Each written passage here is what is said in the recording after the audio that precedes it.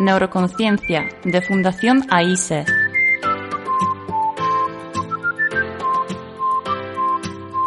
Con Juana Naya.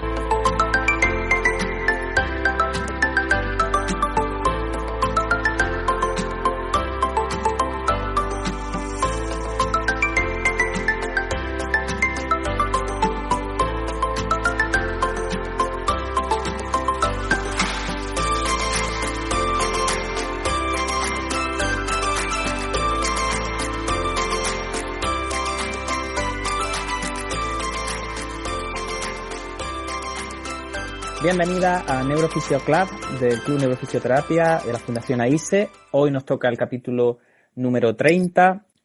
Si no recuerdo mal, es 18 de enero de 2022. Llevo yo una semana un poco desconectado y tengo las fechas bailando. Y comentaba con mis compañeros en la previa, pues que llevamos ya 30 capítulos, que quién lo iba a pensar, como siempre decimos, y estamos muy contentos porque es un número muy bonito y que nos sirve pues como excusa para seguir hablando de temblor como hicimos la semana pasada. En primer lugar, como siempre, agradeceros la participación, tanto en los directos como luego en la grabación de podcast. Y quiero también informaros de que hay algunas novedades chulas. En primer lugar, la semana que viene, el día 27, ya tendremos el gusto de poder escuchar la primera sala del Club Neurologopedia. Que van a tener una sesión súper interesante hablando sobre el papel del logopeda en la neuro y hablando un poquito de equipo transdisciplinar. En fin, va a ser una apuesta de largo con Jaime Paniagua estupenda y luego pues pasará al archivo del podcast Neuroconciencia, que sabéis que recogemos todos los capítulos que hacemos aquí en directo.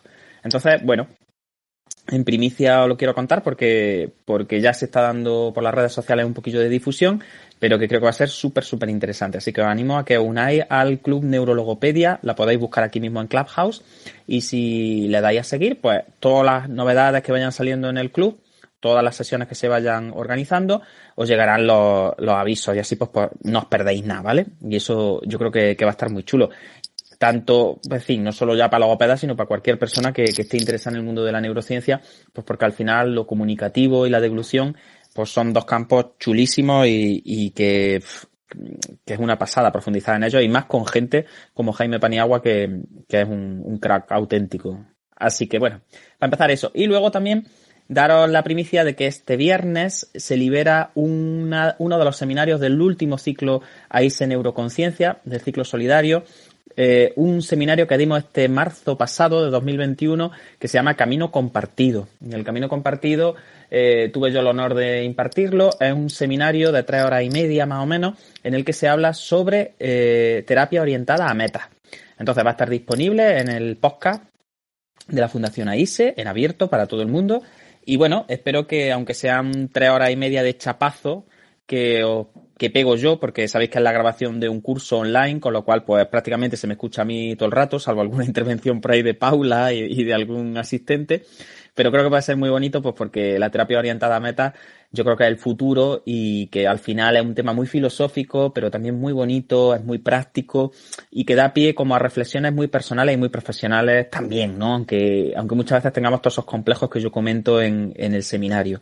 Esos complejos de que parece que por trabajar orientado a metas y explicitar metas funcionales como que somos menos profesionales o como que, en fin, siempre queda más bonito utilizar una escala validada o hablar como con palabras un poco más grandilocuentes, y muchas veces tenemos que dejar atrás esos complejos y hablar desde la función real y hablar en el idioma que habla nuestro usuario, ¿no? Así que os recomiendo de verdad que, si os interesa, os lo escuchéis, y que si os siguen gustando estos capítulos más largos, que son el audio de seminarios online que hemos hecho en AISE, pues que nos lo digáis por redes sociales e iremos colgando alguno más. Así que yo encantado de participar. Bien, pues hechas las presentaciones y hablando un poquillo de las novedades, que siempre son como ahí ilusionantes, ¿no? En este inicio de año 2022, paso a presentar a mis dos ayudantes esta tarde, nuestros dos invitados que van a seguir la estela de la semana pasada, y vamos a temblar juntos un poquito. No sé si de frío, de miedo o de no sé qué, pero la tarde va de temblores. Así que Yolanda Colodro, neurofisioterapeuta de la Fundación AISE, compañera, amiga, ¿cómo va la semana? Una semana un poco rara. Hola Juan, pues sí, se nos hace un poco raro no verte por allí por la fundación y bueno, pues ahí tirando un poco de labores clínicas, gestión y todo para adelante, que lo bueno es que venimos acostumbrados de cuando éramos una cooperativa sin ánimo de lucro, así que recordando un poco viejos tiempos, aunque hay raros sin que estéis grandes cabezas de la fundación por allí. Y bueno, pues también muy ilusionada con muchos otros proyectos que ya iremos contando de formación que nos están llegando esta semana, que parece que todo el mundo como ha empezado el año, ¿no? Como que se ha puesto las pilas y está organizando cosas y eso, y estoy muy contenta de que cada vez nos llamen de más sitios para hacer así cosillas chulas y es pues siempre un honor, ¿no? Poder participar aquí con vosotros, intentando hablar un poco de lo que opinamos y de lo que leemos, pero también de que nos empiecen a llamar de cada vez más sitios y de temas más complejos, ¿no? Que al final pues es una excusa para seguir aprendiendo. Así que fenomenal. La verdad que sí. Yo esta semana también se me está haciendo muy rara. Dirá la gente, ¿dónde está Juan? Pues estoy de confinamiento porque el viernes pasado di positivo en una prueba de coronavirus. Ya hasta que me hago yo así regularmente, porque como siempre tengo muchas fiestas y muchas cosas, pues siempre me gusta antes hacerme alguna prueba y salió positivo, pero estoy asintomático, así que he tenido suerte y lo único porque tengo que estar aquí en casita.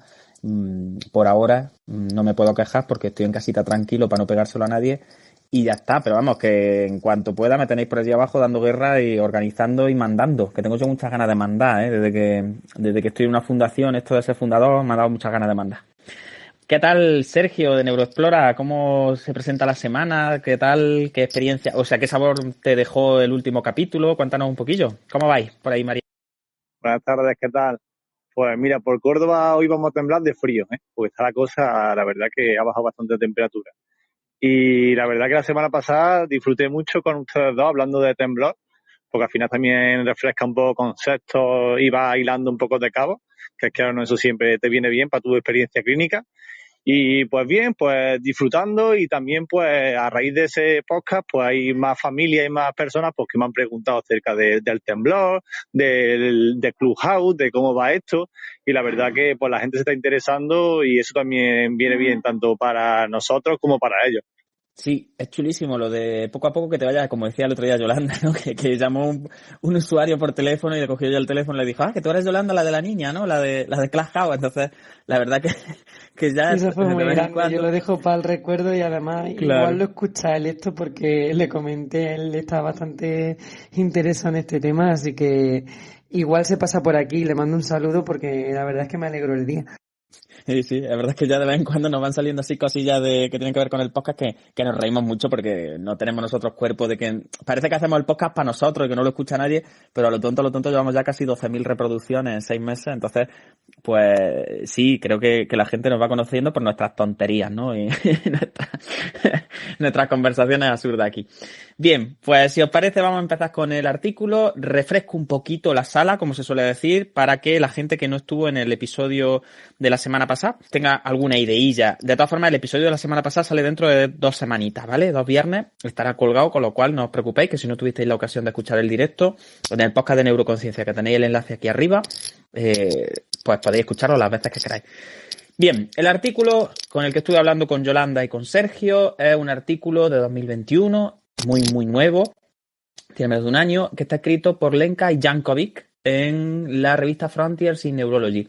Y es un artículo que habla sobre como una visión actualizada sobre los síndromes que incluyen temblor. La semana pasada nos estuvimos entreteniendo casi todo el capítulo en hablar de cómo este artículo hace 2 ejes para definir el temblor. Un eje es el eje etiológico, es, ¿por qué viene ese temblor? ¿Cuál es la patología subyacente? Ese temblor a qué es secundario, ese sería el primer eje, que es en el que estuvimos un poquito comentando algunas enfermedades, que ahora repasaré así por encima, pues para que tengáis clara la clasificación.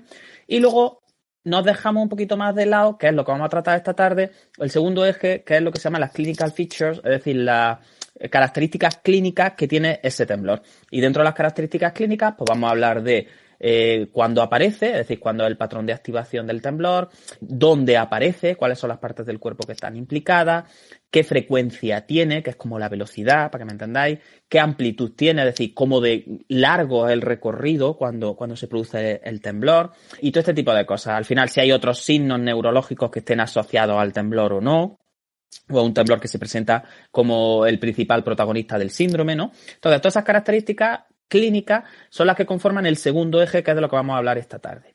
Bien, en el eje 1, que es el etiológico, la semana pasada estuvimos hablando de que había como 6 grandes grupos que hacían estos dos autores, Lenka y Jankovic, que eran 5 grupos como más conocidos y luego un sexto que se llamaba otras causas en el que pues metían todo lo que no habían metido los otros, ¿no? Así, en el primer grupo nos encontrábamos las enfermedades que ellos consideraban neurodegenerativas, ¿vale? Bueno, que ellos consideraban neurodegenerativas, no, que consideraban hacer ese grupo, ¿no? Neurodegenerativas son, por desgracia. Y entonces en este grupo de neurodegenerativas nos encontrábamos, pues, la enfermedad de Parkinson, los temblores esenciales, todos los síndromes córtico-basales, supranucleares, atrofias multisistema, que estuve comentando un poco con Yolanda, qué cosas podían tener en común todos estos cuadros, ¿no? Incluso dijimos que lo mismo se prestaba a un capitulillo dentro de unas semanas. En el segundo grupo había como enfermedades que eran genéticas, que estaban relacionadas con mitocondria, pero en las que nos detuvimos menos, pues porque nosotros tenemos bastante menos experiencia en este tipo de enfermedades. Y bueno, ahora cuando hablemos de las características clínicas de los temblores, algunas de ellas volverán a aparecer, ¿vale? Entonces, pues estuvimos hablando, por ejemplo, de atasia espinocerebelosa, nombramos el síndrome de Klinefelter o el X frágil, que venía con un síndrome así atásico parkinsoniano muy característico. Bueno, pues yo estuve nombrando algunos temblores hereditarios clásicos, pues como el de barbilla o el de mejilla. Estuvimos hablando de Charcot-Marie-Tooth, de la enfermedad de Leigh, que Yolanda hizo ahí un poquillo de explicación de cómo ella se había encontrado el primer caso que había visto de esta neurodegenerativa que afecta tanto a los subcortical y tanto a ganglios basales. Y bueno, así hicimos un poquillo como de resumen, de presentar algunas características que a nosotros nos habían llamado la atención de este segundo grupo, que era la genética. En tercer grupo eran trastornos metabólicos que tenían principalmente que ver con hormonas o con alguna sustancia que no se estaba gestionando bien.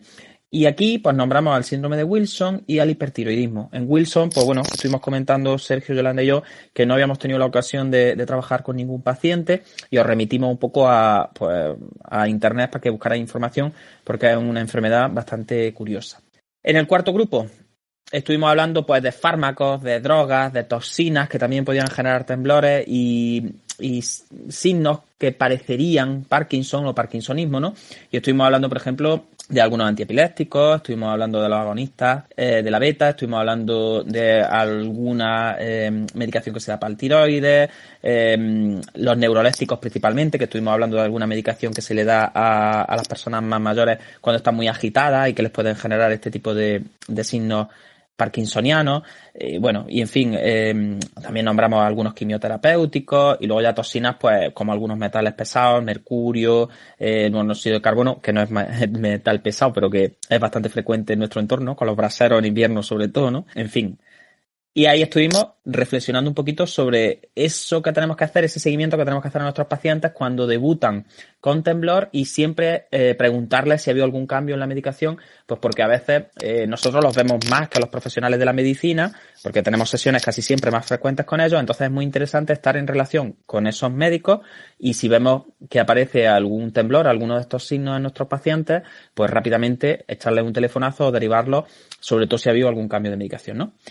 Y luego el quinto grupo que estuvimos nombrando, que a mí me gustó mucho porque normalmente pensamos en el temblor como algo central y este último grupo es el grupo de las neuropatías, pues bueno, volvimos a hablar de Charcot-Marie-Tooth, que ya estaba en el grupo de la genética, pero que bueno, que al final cursa con mucha clínica en periférico.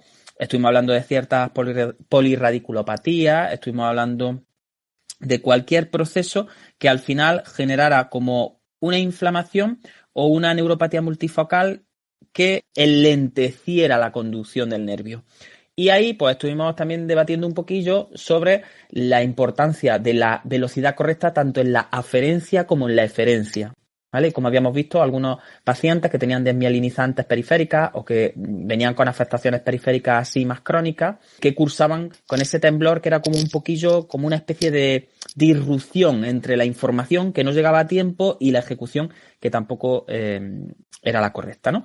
Bien, y en el sexto grupo, por último, en otras causas, pues estuvimos hablando de cualquier tipo de ictus, sobre todo en ganglios basales, en el eje cerebro tálamo cortical o cerebelo tálamo cortical, mejor dicho.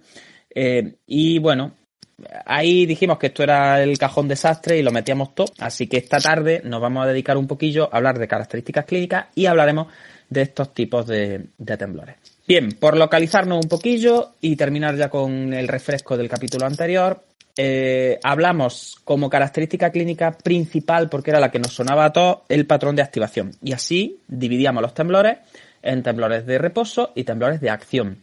Dentro de los temblores de reposo, pues bueno, decíamos que casi siempre iban asociados a déficits dopaminérgicos, por tanto la enfermedad de Parkinson y las que son más similares, pues son como el ejemplo más potente de este tipo de temblor de reposo que mejora con el movimiento.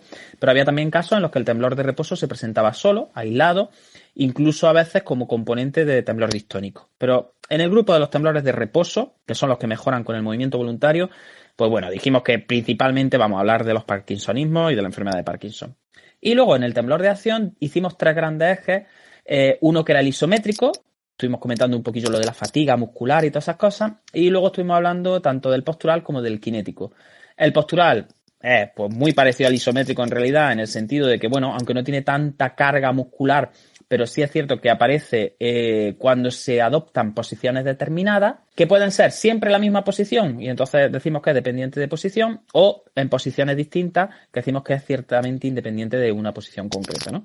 Y luego el kinético, que es más el de toda la vida, el que nosotros nos han explicado como temblor de acción, aunque ya vemos que es un tipo de temblor de acción.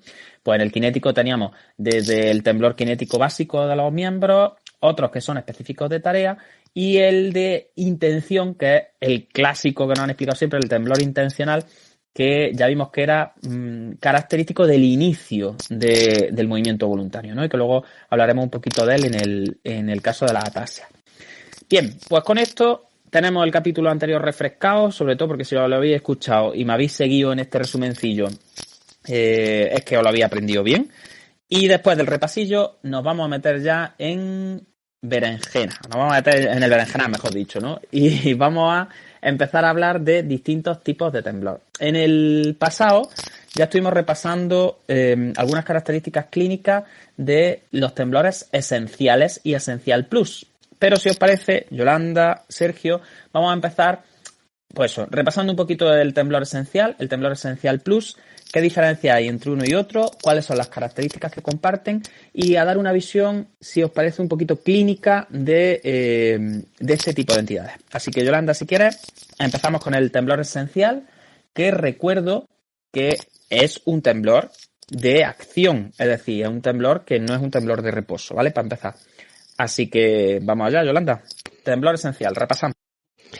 Venga, pues estuvimos hablando ya un poco, lo introdujimos la semana pasada, que como tú dices, el temblor esencial es un temblor de acción, además es un temblor aislado, se supone que no debe haber ningún otro signo neurológico asociado, pues como signos de ataxia o de distonía o de Parkinson o parkinsonismo, ¿no? Es un temblor que afecta principalmente de forma bilateral a los miembros superiores, aunque también es verdad que a veces se puede ver pues en estructuras que tienen que ver con la voz o en la cabeza o incluso en extremidades inferiores, ¿no? Y bueno, estos autores añaden como una nueva clasificación que sería ese temblor esencial plus, en el que hablan que tiene que seguir este tipo de características. De hecho, algo que nos llama mucho la atención es que deben mantenerse en el tiempo estas características durante al menos 3 años para poder pasar a ser un diagnóstico de temblor esencial y no de un temblor aislado.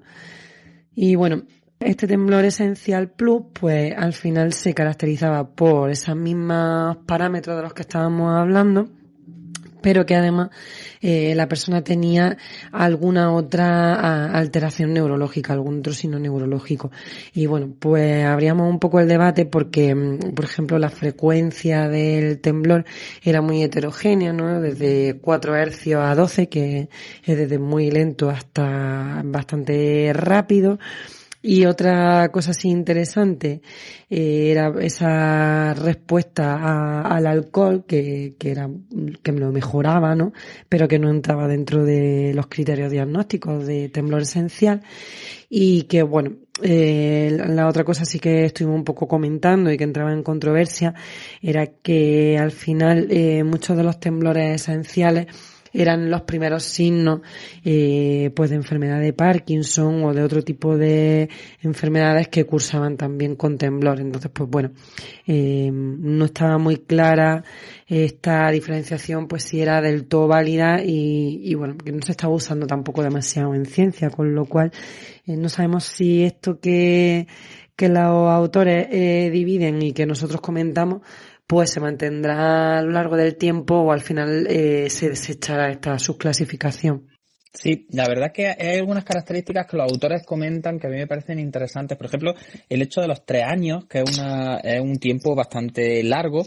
Y como tú comentabas, incluso durante el periodo de estudio del temblor, aunque sea aislado, aunque cumpla los criterios de temblor esencial, pero fíjate, durante esos primeros 3 años de estudio, incluso se habla de síndrome de temblor indeterminado. Es decir, es como que no se atreven a ponerle el temblor esencial, de confirmar el diagnóstico hasta que no pasan esos 3 años de inicio, ¿no? Y yo creo que en un principio a mí me da la sensación que es tanto tiempo precisamente por eso, porque es como que esperan a ver si aparecen otros signos neurológicos que sean de más peso, porque en el caso del temblor esencial plus hablamos de signos que son muy leves, ¿no? Que son, pues bueno, alteraciones a lo mejor en la marcha en tándem, son cosillas como distonías muy sutiles, que no son constantes, problemas cognitivos pero muy suaves, que en ningún caso como que te harían sospechar del desarrollo de un parkinsonismo, ¿no? Entonces yo creo que este criterio de los 3 años los autores lo ponen precisamente para eso, como para decir, para asegurarnos de que el temblor se mantenga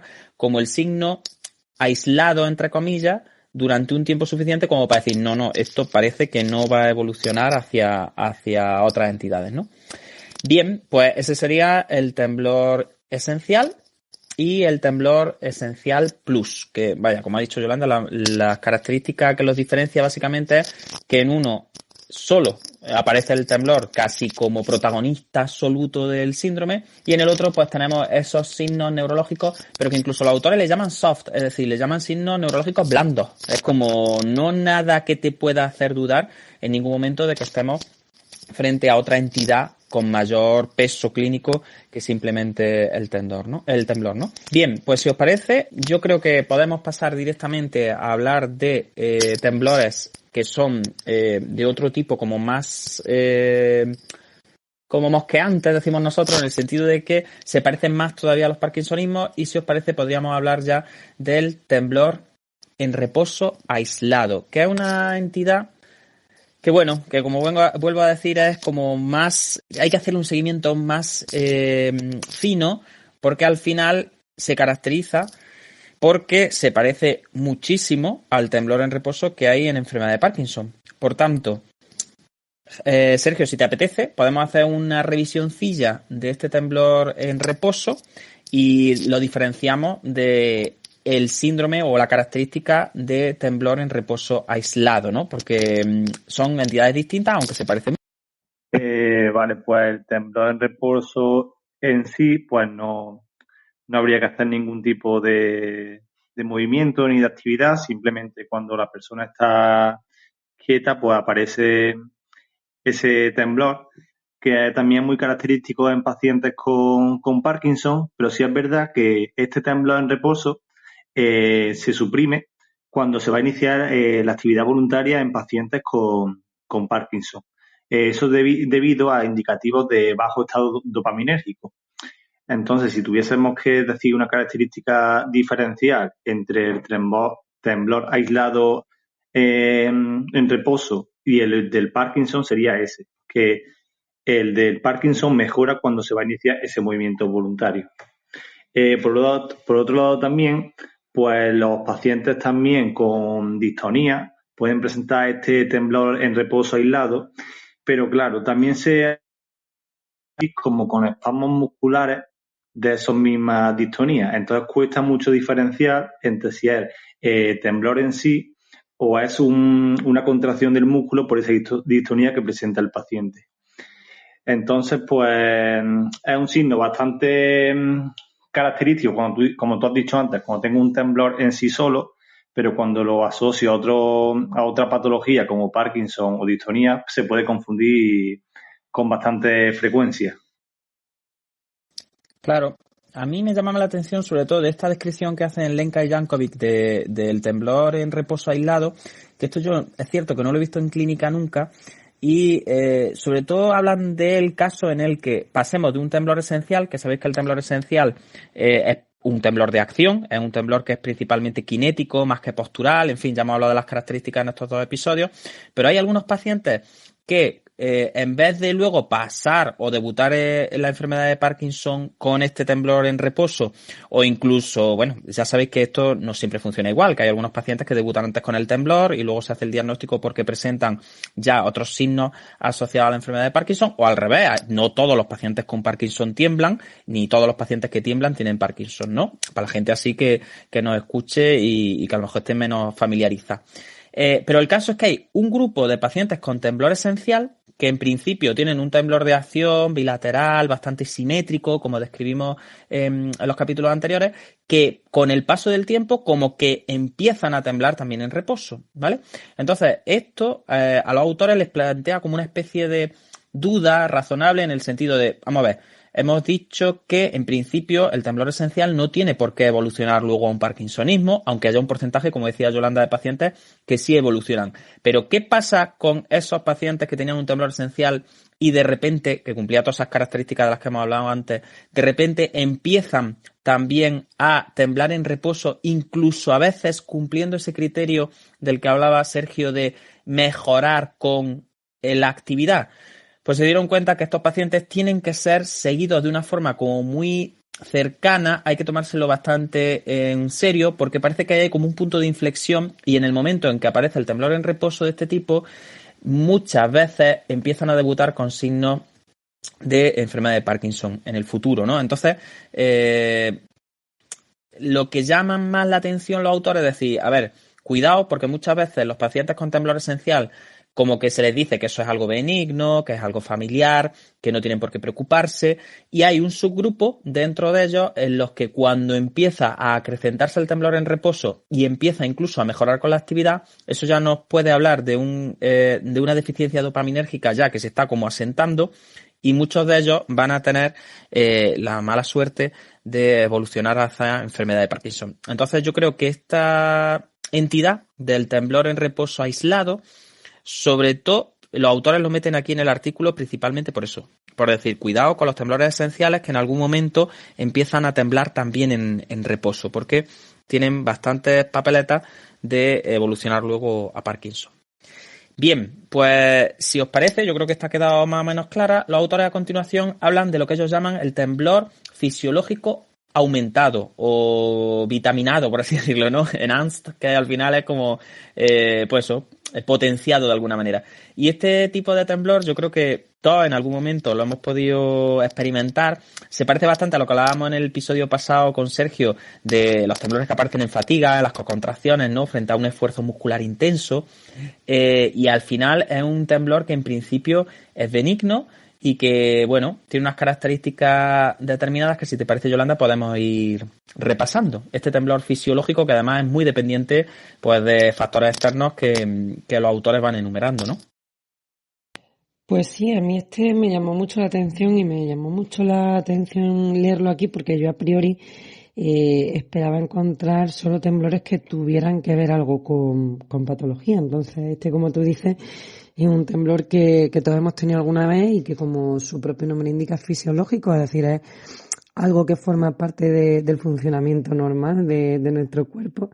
Entonces, pues, es muy llamativo, ¿no? Como lo explican. Y bueno, yo creo que podemos dar el ejemplo claro, ¿no? Y puede ser la mejor definición, que ese temblor que a veces observamos o sentimos, porque hay veces que no se puede ni siquiera ver, después de haber hecho pues una actividad muscular fuerte, como puede ser haber hecho ejercicio, ¿no? O mientras lo estamos haciendo o justo después de haberlo terminado, ¿no? Y se habla de que, bueno, que es una forma de temblor de acción, es decir, lo vamos a ver cuando volvamos a solicitar o estemos solicitando esa musculatura, y que, bueno, que muchas veces no es visible para los humanos, sino que, como nos pasa, más bien es que lo sentimos, ¿no? Habría que hacer, pues, pruebas como hablan aquí de acelerometría o electromiografía para poder analizar que verdaderamente está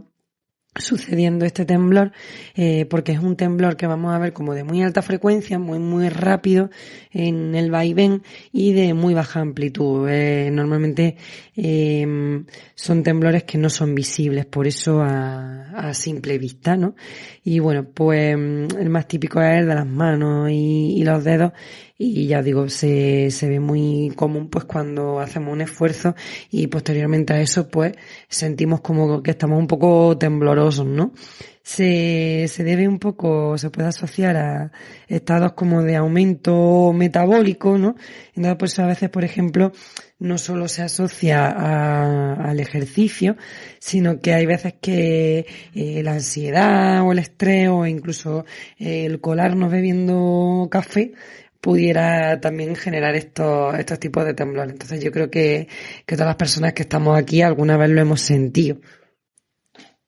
Sí, es un temblor muy interesante por eso, porque al final, bueno, esto en fisioterapia nosotros lo explicamos de otra forma al final, porque son temblores que tienen que ver con la propia fatigabilidad, tanto desde el punto de vista de la carga periférica como de la propia musculatura, ¿no? Porque sabemos, ya lo estuvimos comentando en el episodio anterior, que al final, pues, la fatiga siempre hace que se lentezcan también los reflejos que tienen que ver con propiocepción medular, y al final, pues, esto es una saturación, es una especie como de saturación de la velocidad de conducción, que lo que genera ese temblor, como decía Yolanda, que tiene una frecuencia bastante alta, se habla siempre por encima de los 10 hercios, que eso para el ojo humano ya le cuesta trabajo verlo, y tiene unas amplitudes bastante bajitas. Es como, más que un temblor, es como una especie de vibración que todos hemos sentido, ¿no?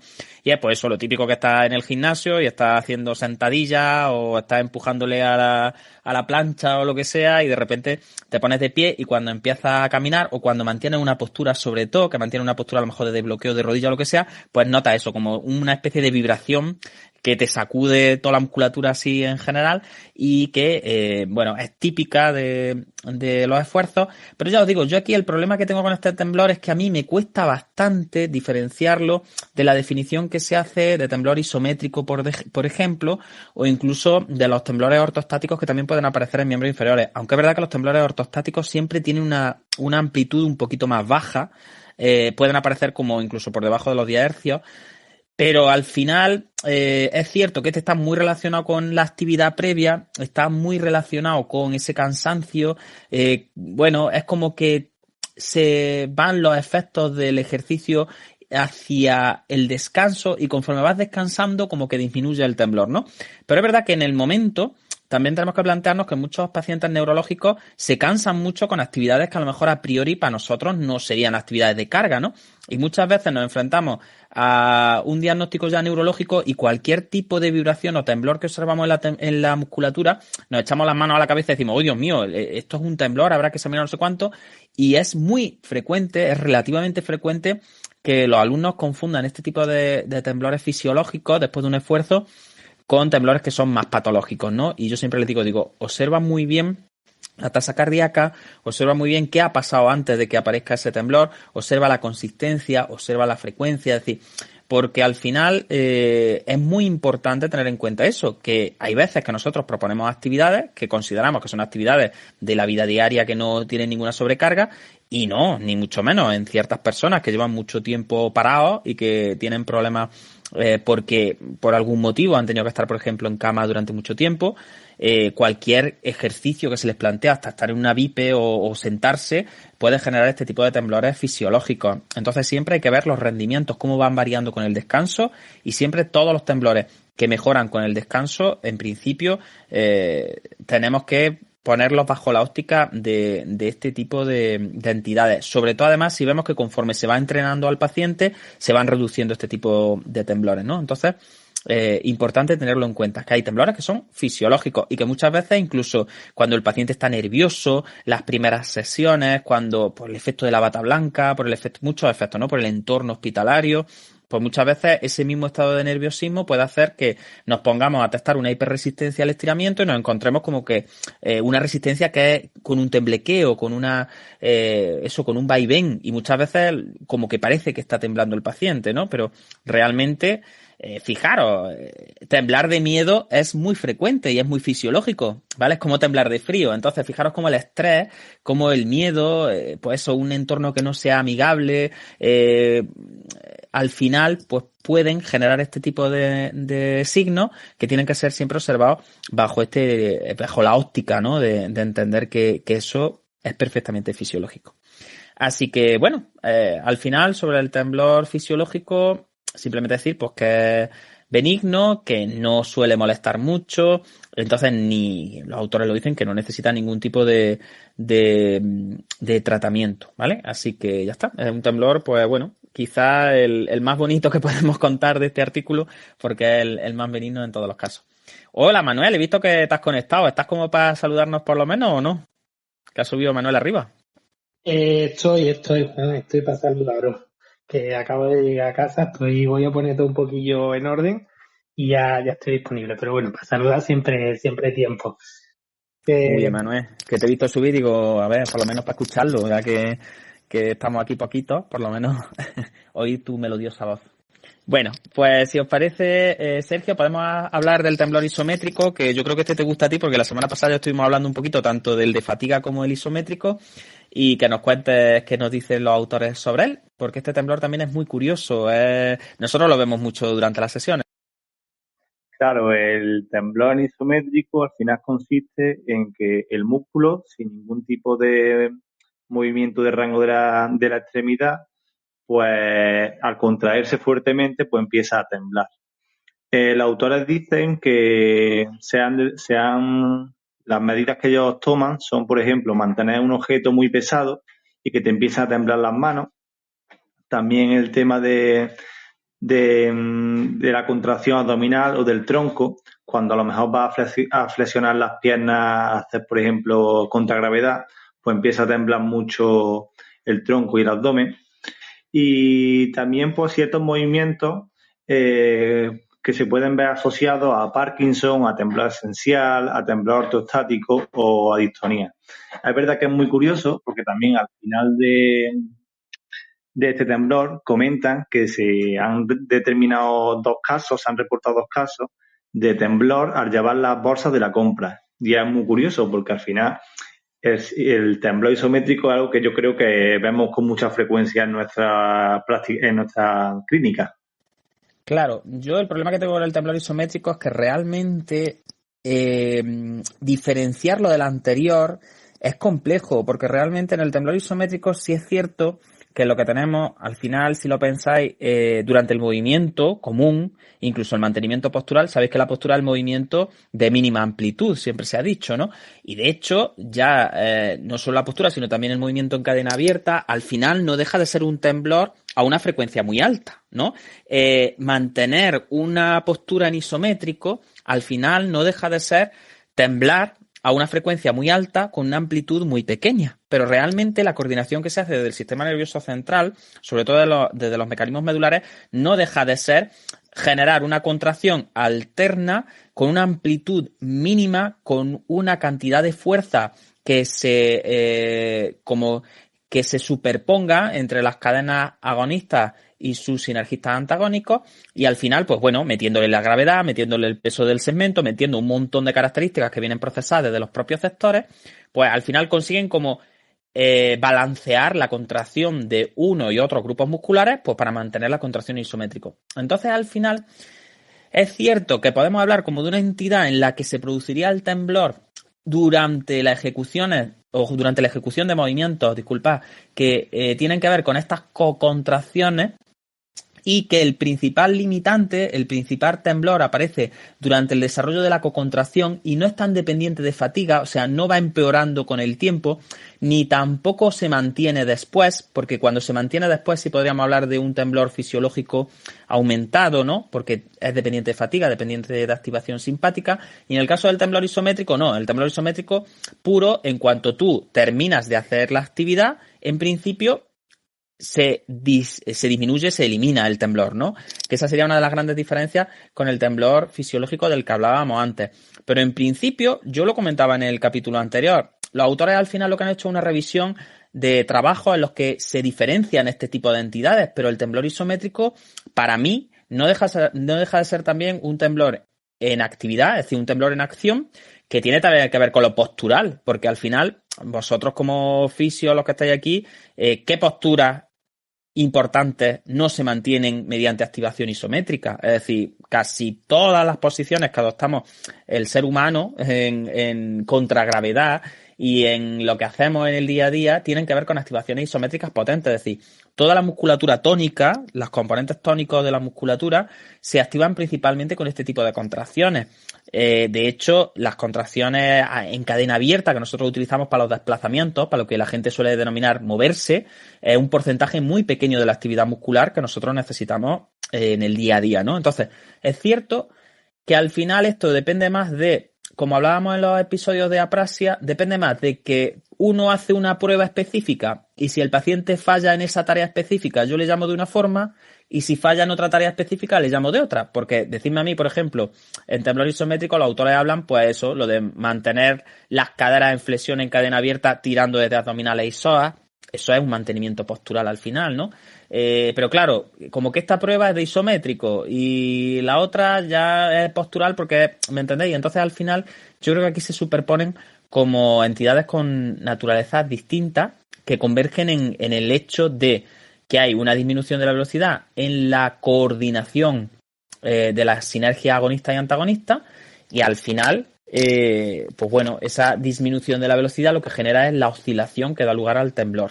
Pero bueno, yo creo que por lo menos para que a la gente le suene y cuando escuche lo del temblor en isométrico está bien comentarlo. Pero ya os digo que a mí en concreto, y lo del temblor de la bolsa de la compra, pues vamos a ver, si al final, si estaba descrito levantando pesas, pues ¿por qué no va a estar descrito levantando bolsas de la compra? Si al final, vamos a ver, si es una cosa que pesa, que cojo con la mano y que está colgando de la mano, pues da igual que sea la bolsa de la compra, que sea la bombona del butano, que sea la pesa rusa de turno, ¿no? Al final yo creo que esto es un poco como la apraxia, pues eso, ¿por qué la apraxia del vestido y no la de abrir botellas? Como decía Pablo Duque.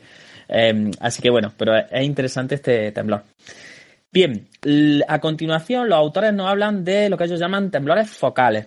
Yo aquí creo, Yolanda, que no nos tenemos que detener mucho porque estos temblores más focales, bueno, en principio nosotros desde el punto de vista de fisio los vamos a tratar menos y la mayor parte de ellos son temblores que afectan principalmente a la zona de la cabeza, del cuello, a los órganos de la fonación y yo creo que esto lo suyo es decirle a nuestros compis de neurologopedia que se preparen un día un capitulillo sobre temblores focales, ¿no? Sea el de la voz, sea el de la cabeza, que a lo mejor sí lo vemos nosotros un poquillo más, o sea incluso el palatal, que yo tengo menos experiencia con él, lo he visto muy poquito. Pero bueno, si te apetece hacer algún comentario sobre los temblores focales que nos proponen los autores, y si no pasamos por encima, porque ya os digo que yo creo que este tipo de temblores nosotros los manejamos bastante bien. Pues sí, mira, como curiosidad de lo que estabais diciendo antes del temblor en isométrico, yo me he llegado a encontrar la misma definición que hay aquí, pero el nombre que le ponían, como lo relacionaban con daño cerebeloso, era isometrataxia. Por si lo encontráis por ahí. Era el déficit de coordinación en contracciones isométricas y el signo era que aparecía un temblor, o sea que vamos, era lo mismo. Y bueno, de los temblores focales, como tú dices, yo creo que sí, que casi que les podemos pasar el balón a los compañeros de neurologopedia y ahí les damos otro melón que abrir.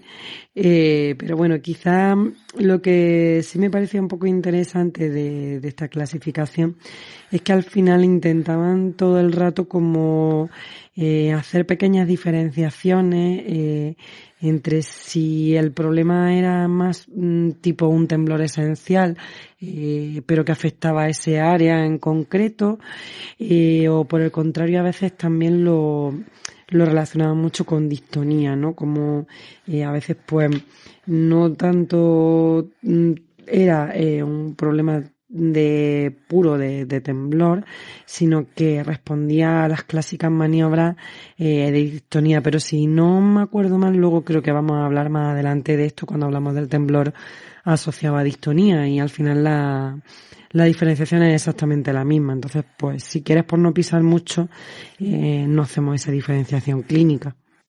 Yo creo que, como tú dices, lo mejor es, si acaso, algún comentario sobre el temblor de cabeza. Lo que pasa es que yo el temblor en cabeza, que es un temblor focal, que sí se ve bastante, es cierto que me lo he encontrado sobre todo como temblor distónico en cabeza. Es decir, yo la mayor parte de los temblores así que veo en clínica en cabeza casi siempre están asociados a distonías cervicales. Entonces es cierto que, bueno, el cuello-cabeza se considera la misma zona desde el punto de vista de la clasificación del temblor, por tanto se habla de temblores distónicos en cabeza.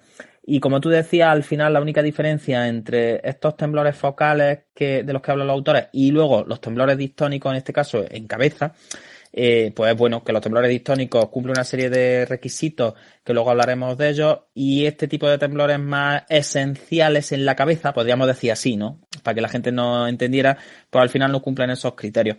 Yo creo, como tú dices bien, que al final los temblores focales, los autores los que se ocupan principalmente de decir, bueno, si cumplen características como de temblor esencial, pero están muy localizados en una parte del cuerpo, y bueno, y no aparecen otro tipo de signos que acompañen al temblor, pues podemos hablar de temblores focales, como poniendo el foco, nunca mejor dicho, en la parte del cuerpo afecta, porque son relativamente frecuentes verlos, ¿no? Tanto en el palatal como el vocal, el temblor de la voz es bastante frecuente. Precisamente no mucho en Parkinson. Es verdad que en Parkinson la incidencia de este tipo de temblores es bastante más baja, pero ya os digo, el de cabeza todavía se ve más. Pero si os parece, vamos a pasar un poquillo, porque a mí el temblor de cabeza que me parece más interesante desde nuestro punto de vista, por lo menos, o en nuestra actividad, es el distónico. Es cierto que el que se asocia a la distonía focal cervical sí se ve bastante en clínica, y bueno, y es interesante saber cómo manejarlo y hablar un poco de las características de ese temblor, si os parece, un poquito más adelante. Así que, bueno, Yolanda, si quieres, uno que te gusta a ti mucho, ya que tú eres muy task specific, que a ti te gusta mucho lo de orientada a la tarea y específica de la tarea, ya que no te he dado mucha coba con con los temblores focales, pues venga, cuéntanos un poquillo sobre los específicos de tarea, que son también temblores de acción. Quiero recordar que son temblores cinéticos al fin y al cabo, pero específicos de tarea. Muy bonitos, por cierto. Pues sí, y a esto les pasa un poco lo que a los anteriores, que también sería interesante hacer esa diferenciación clínica entre un temblor específico de tarea y una distonía también de este tipo, ¿no? Porque al final yo cuando lo he leído, pues me fui directamente a pensar en esas distonías focales que les nombran, ¿no? Que se les suele llamar, porque cumplían pues como los mismos criterios, ¿no? Que son, en este caso, temblores de acción que aparecen durante siempre me sale el performance y no me sale en castellano. De verdad, soy una repelente en esto, pero de tanto leer en inglés hay veces que se me olvidan las palabras en castellano.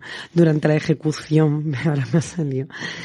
Aparecen durante la ejecución Oye, chiquilla, qué bilingüe eres. Es que no se puede ser No soy bilingüe para nada. Lo que pasa que como al final todos los artículos que nos leemos están en inglés, hay conceptos que los lees tanto en inglés que luego se te olvida cómo Sí. se traducen al Me castellano. pasa con lo de las features. Las features a mí siempre también parezco un revenío y digo features, como si no pudiera decir características clínicas o, en fin. Pero es verdad que hay algunas palabras como que, como pasa también con los rendimientos, ¿no? Que hay veces que Claro, el dices, Dios mío, performance.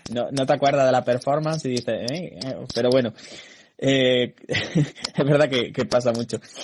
Bueno, pues sigue con nuestro rollo, que nos liamos aquí con el...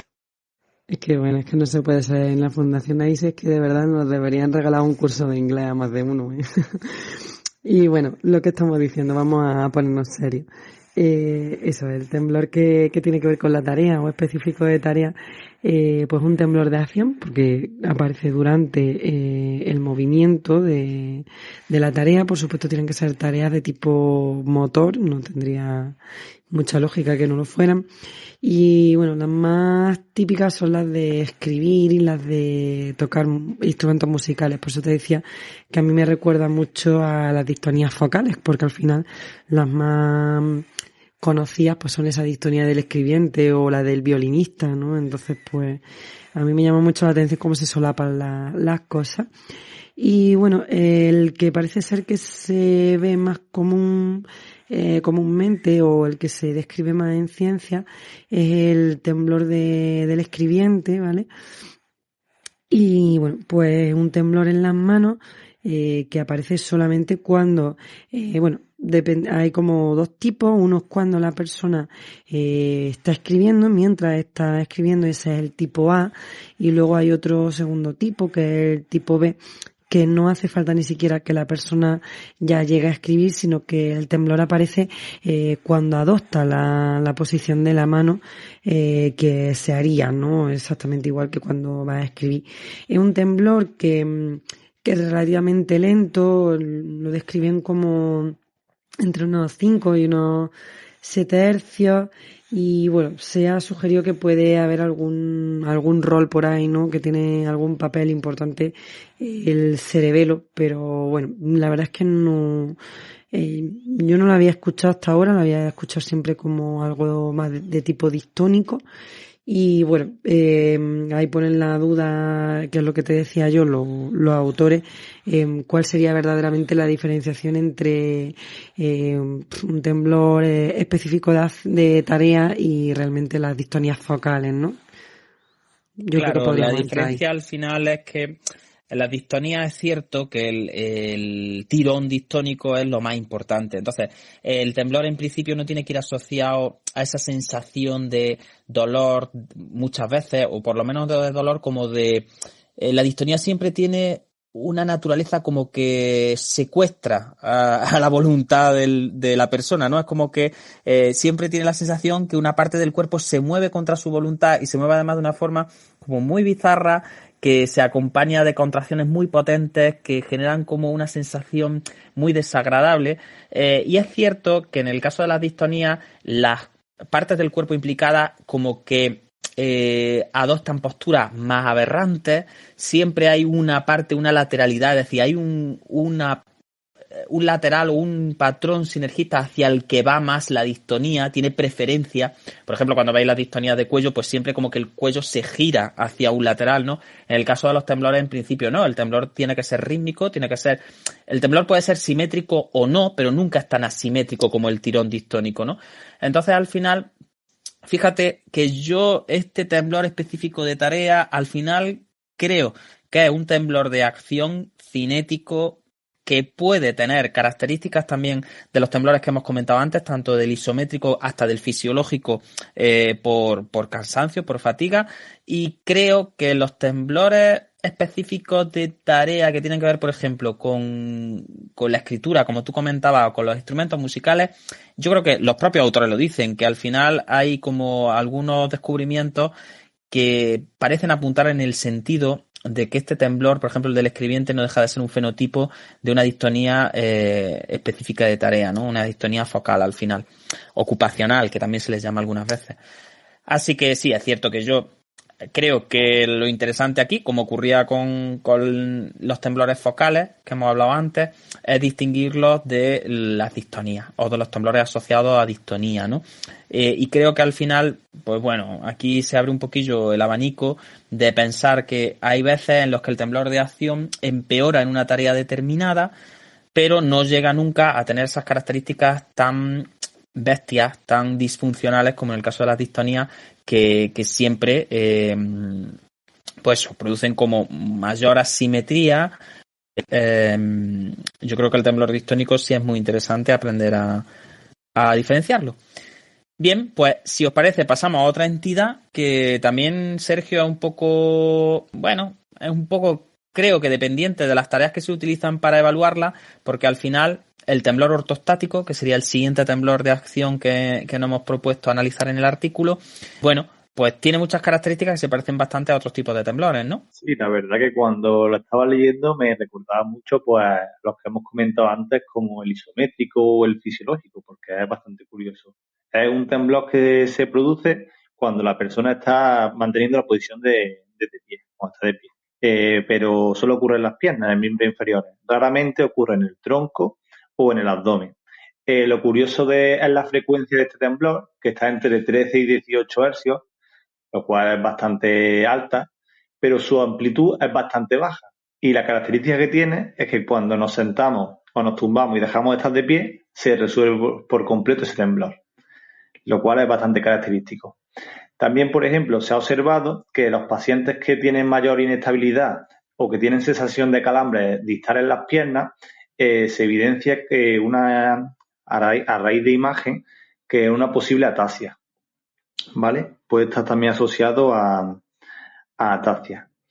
Después también se ha visto que, también decir que, claro, con eso de la ataxia es que a nivel de propioceptivo, el feedback propioceptivo del miembro inferior se encuentra también alterado. Por eso también puede ser esta correlación. Después tenemos el temblor ortostático plus, que también lo han tenido que meter, como por ejemplo pasaba en el temblor esencial, y es que cuando está unido o achacado a un daño neurológico, como puede ser Parkinson, ataxia o demencia, pues se conoce como plus. Es decir, ya pasa de ser de algo característico a un simple signo, se podría decir así a pequeños rasgos. Hay como una especie de hipótesis que dice que hay como una especie de neurodegeneración a raíz de cerebelo, tálamo, circuito cortical, pero bueno, todavía no está bastante claro. Y también la presencia, por ejemplo, de déficit dopaminérgico. Algo muy curioso que me llamó la atención de este apartado era que, por ejemplo, los casos que reportan temblor ortostático a frecuencias más bajas de 13 son los que reportan peor estabilidad y mayor sensación de caída y disfunción, que la verdad es que es algo bastante característico. Por eso, como he comentado antes, pues me recordaba mucho al tema del temblor isométrico y yo creo que se podría meter más o menos dentro de la misma rama. Sí, de hecho, bueno, es un temblor que ya os digo que es que parece más una vibración por el tipo, porque 18 hercios es una frecuencia bastante alta. Bueno, yo creo que al final es un temblor isométrico de las piernas manteniendo la bipedestación, porque al final cumple todos los criterios, incluso el hecho de que se resuelva inmediatamente en cuanto te sientas y le quitas la carga a las piernas, pues al final yo creo que tiene mucho que ver también con lo isométrico. Curioso el signo del helicóptero el helicopter sign del que hablan, que al final es bueno, que no sé a quién se le ocurra ocultar los músculos cuando tiemblan, pero por lo visto hay gente que está muy aficionada a estas cosas tan raras y lo que se oye, claro, imaginaros esas sacudidas tan rápidas y tan chiquitillas en esas frecuencias tan altas y esas amplitudes tan bajas, pues al final lo que se oye es como una especie de tu, así como muchos golpecillos seguidos, ¿no? En la ocultación. Así que yo estoy de acuerdo contigo, Sergio. Yo creo que esto al final, pues bueno, se ha descrito principalmente de pie, se ha descrito principalmente en miembros inferiores, pero por las características que nos describen, pues bueno, yo creo que es un temblor isométrico por estabilización que al final está muy relacionado otra vez con disminuciones en la velocidad de conducción y en la velocidad de integración propioceptiva. y que, bueno, pues que también aparece, yo no he visto aquí ninguna mención, pero yo quizá este tipo de temblor ortostático, no sé, Yolanda, Sergio, lo que vosotros opináis, pero este tipo de temblor yo lo he visto mucho en lesiones, por ejemplo, de raíces, en polirradiculopatía, mejor dicho, y lo he visto incluso en algunas enfermedades desmielinizantes, miembros inferiores, es decir, este temblor ortostático yo me lo he encontrado mucho como una especie de salvas, de oscilaciones muy pequeñitas y muy rápidas en los miembros inferiores, casi como eso, como si se estuvieran sincronizando de alguna manera esos grupos musculares para poder mantener la contracción justa y el timing justo para vencer la gravedad y no generar oscilaciones. Y como decía Sergio, los pacientes que tienen menor frecuencia, es decir, que tiemblan más despacio en ortostático, tienen normalmente amplitudes más altas de temblor y se sienten como más que se caen, porque hay como, claro, mientras tú estás temblando muy rápido y muy chiquitillo, a una amplitud muy baja, pues tienes la sensación de que te están temblando las piernas, pero que al final es una vibración. Pero cuando ese temblor ya es más despacio, pero la caída, el desbloqueo de rodillas es más largo, porque aumenta la amplitud, ahí lo que tienes la sensación es que se te desbloquean las rodillas y te matas, ¿no? Y ya os digo, yo estos temblores principalmente me los he encontrado mucho en periférico y en medular. En algunos medulares también no completas, pero cuando hay este déficit de velocidad, en aferencia propioceptiva, sí lo he visto relativamente, vamos, con bastante frecuencia. Así que no sé qué opináis vosotros, Yolanda, Sergio.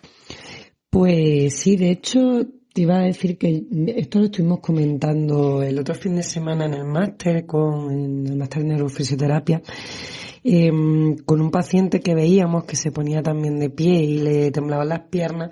Y bueno, todavía como que no le dimos el nombre de temblor ortostático, pero porque yo creo que al final es lo que tú dices, que a nivel clínico lo que se puede ver es como ese ajuste más enlentecido, pues porque como tú dices, a lo mejor las vías propioceptivas automáticas están enlentecidas por el tipo de daño. Yo también recuerdo un par de pacientes que tuve con lesiones medulares muy bajas los dos, pues uno justo en el cono medular y el otro ya en cola de caballo.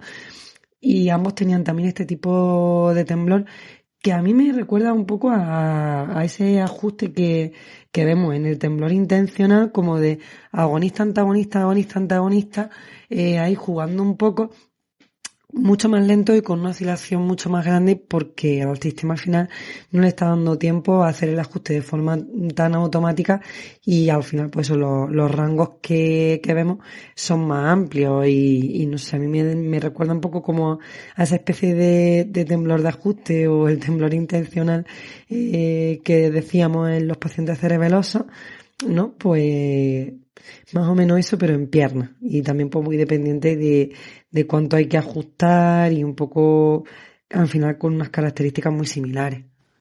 Sí, estoy de acuerdo con Yolanda con respecto a eso, de que yo le sacaba más al tema de cocontracción antagonista-agonista o a la falta de información, de no llegarte bien ese feedback propioceptivo, entonces no saber cuánto tienes que contraer cada musculatura más que temblor en sí ortostático. Ya una vez que hay leído el artículo, la verdad que te da unos buenos matices, pero claro, cuando la frecuencia es más baja de 13, pues lo puedes confundir con otros términos. Estupendo, chicos, pues estamos de acuerdo. Nada, Yolanda, si empezamos un poquillo a hablar ya de otros tipos de temblores que sí están relacionados con patologías en concreto, pues tenemos que pasar al maravilloso y famoso temblor en reposo asociado al parkinsonismo. Ya aquí nos vamos a otro eje, es decir, estábamos todo el rato en temblores de actividad, en temblores de ese eje 1 que nosotros estuvimos hablando el capítulo pasado. Bueno, hemos visto algunos que son más cinéticos, otros son más de actividad, otros son más pues, ortostáticos, isométricos, pero ahora nos metemos ya en el temblor como asociado a ciertas entidades clínicas. Mezclamos otra vez esos dos ejes, el 1 y el 2, y nos ponemos con temblores de reposo. Habla tanto del temblor en reposo como un temblor reemergente, le llaman aquí reemergent, que bueno, es un poco, yo no lo había oído nunca, la primera vez que lo he leído aquí en este artículo de Lenka y Jankovic, pero bueno, creo que puede ser interesante, así que Yolanda, tú que eres la de subcortical, pues defínenos un poquito el temblor del parkinsonismo, que yo creo que sí nos interesa, tener las características muy claras, porque el Parkinson es muy frecuente en clínica. Y bueno, ¿y qué te ha parecido a ti el otro tipo, este reemergente, como si lo habías escuchado o si te suena algo? ¿Qué opinión tienes? Pues sí, a mí me ha resultado también bastante curioso como a ti, porque hasta ahora no lo había leído. De hecho, seguramente pues lo incluya en mis nuevas clases de ganglios basales y eso, porque me parece, bueno, ahora lo hablamos, pues me parece un poco el mismo perro con distinto collar o a distintos tiempos, ¿no? Pero bueno, ahora vamos a ese cuando lo definamos. Si quieres empezamos, como tú decías, por el clásico, ¿no? Que es el temblor de reposo, que está asociado al parkinsonismo. Pues como ya sabéis, el Parkinson al final es una enfermedad que cursa con un deterioro de la vía nigroestriatal, de toda la liberación de dopamina. Esa liberación de dopamina que estábamos hablando, desde las áreas más de sustancia negra y demás, ¿no? Hasta los ganglios basales. Y ese temblor, bueno, pues se caracteriza por estar mucho más presente, ¿no? O directamente solamente presente en reposo. También hay que decir que bueno, que aunque es el signo que generalmente se asociaba a Parkinson, de hecho yo siempre le explico a los alumnos, ¿no? Que James Parkinson, cuando explicó esta enfermedad, le llamaba de shaking palsy, era como la parálisis agitante o temblona, ¿no? Pero bueno, no sé de dónde veían la parálisis, más allá de que verdaderamente pues venían unas hipocinesias que dificultaban el movimiento bastante, ¿no? Es que eran muy sistémicos, Yolanda. En el mundo de la dinámica del sistema, la hipocinesia es una parálisis. Es que el Parkinson está... Hombre, no, desde luego el que tiene Parkinson llega un momento que no se puede mover, y no moverse es una parálisis para un sistémico, pero el Parkinson ahí hace ya unos siglos, pues no sé yo cómo era tan sistémico. Era un profeta, ¿no? Era un profeta en su Era tierra. un profeta, sí. Era un visionario. Bueno, salvando esas cosillas, pues bueno, seguimos un poquillo con el temblor.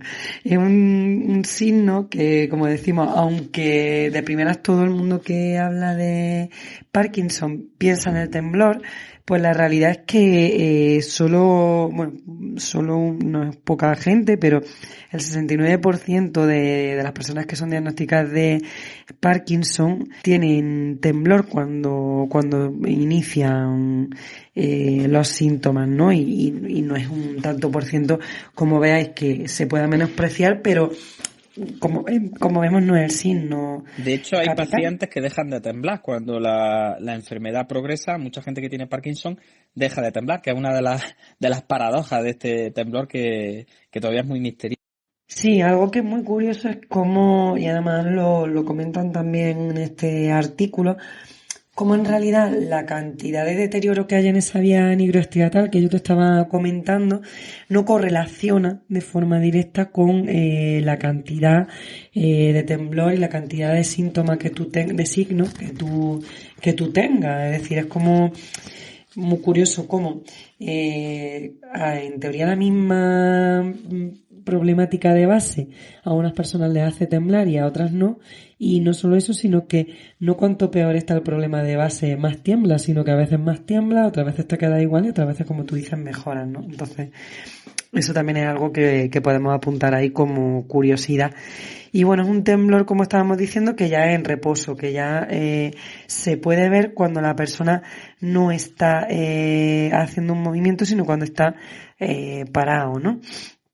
Tiene unas características que lo definen bastante, y es que principalmente en un inicio, aunque eso se puede mantener, es asimétrico, no es tan simétrico como por ejemplo cuando hablábamos del temblor esencial, y también es un temblor que, bueno, es relativamente lento, como entre unos 4 o 6 hercios lo nombran aquí. El sitio donde más lo vamos a ver es en las manos, aunque luego puede afectar a otras áreas del cuerpo también. Y a mí me gustaba mucho cuando me lo explicaba mi profesor de anatomía, Aguirre, al final lo nombramos mucho aquí, pero es que es verdad que era un hombre que sabía explicártelo todo y entrelazarlo todo. que explicaba que era un temblor de contar monedas, ¿no? En el texto en inglés le llaman de otra forma, que es como que le dan vuelta a una píldora, no a una ¿píldora es píldora o me lo invento? Sí, como Sí, una ¿no? pastillica. Yo creo que pill Sí. rolling se puede como hacer píldora realmente, como el movimiento este que hacemos cuando sacamos un moco y hacemos así con el dedo, ¿no? Ah, Que le pues damos sí, vueltas. Yo creo que efectivamente. pill rolling como que será un poco ese movimiento así de poner el pulpejo de los dedos, ¿no? Las yemas de los dedos enfrentadas y darle como Que vueltecillas, será hacer un circulillos, ¿no? coloquialismo, ¿no? Que Será, a me lo mejor por imagino, yo lo he eso. interpretado así, pill rolling más como el rollo este de amasar con los dedillos, con la punta de los dedillos, ¿no? Porque el conteo de monedas es verdad que se refiere mucho al hecho de llevar el dedo pulgar hacia el resto de los dedos de forma alternante, pero yo creo que el pill rolling este como que se refiere a ese movimiento Sí, que es ya más deja, visual. sí, como el índice y el pulgar puesto y empiezas como a darle vueltecillas a las yemas una sobre la otra, vaya. Yo lo he interpretado así, lo mismo que como hacer píldora en mi pueblo eso, y he leído pill, pues me he ido por ahí. No, pero desde luego el patrón es mucho más parecido a eso.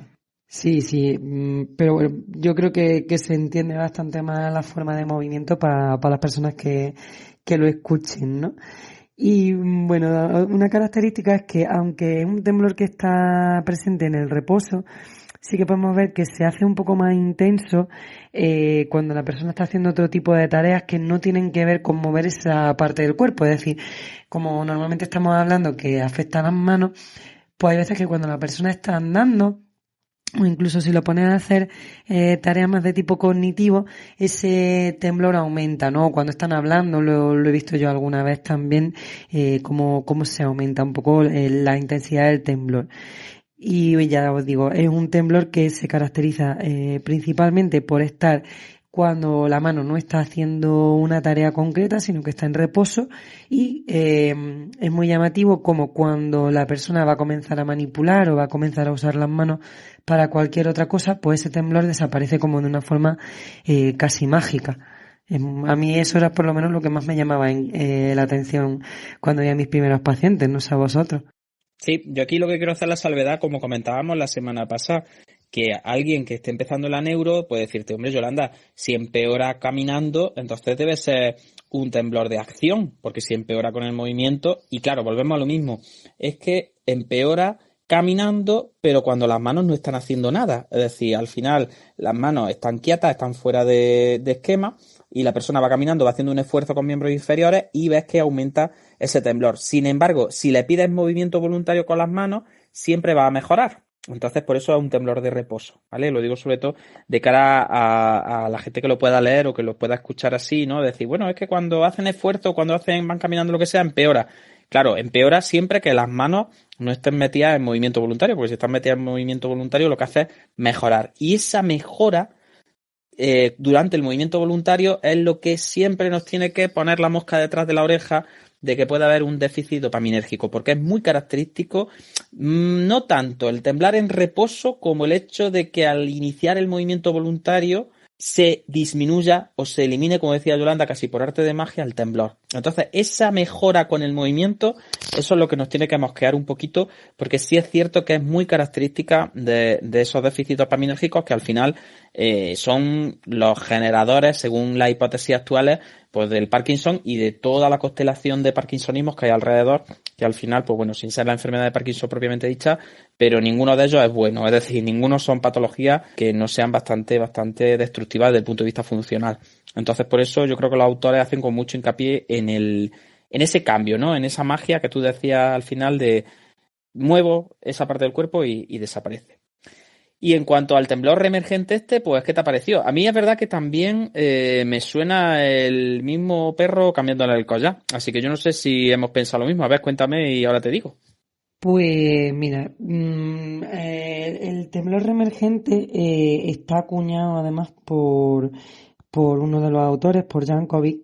De hecho, hacen referencia a unos artículos que escribió, que incluso hay un vídeo que a mí no me ha dado tiempo a ver, pero a mí la verdad es que me gustaría echarle un vistacillo por asegurar, ¿no?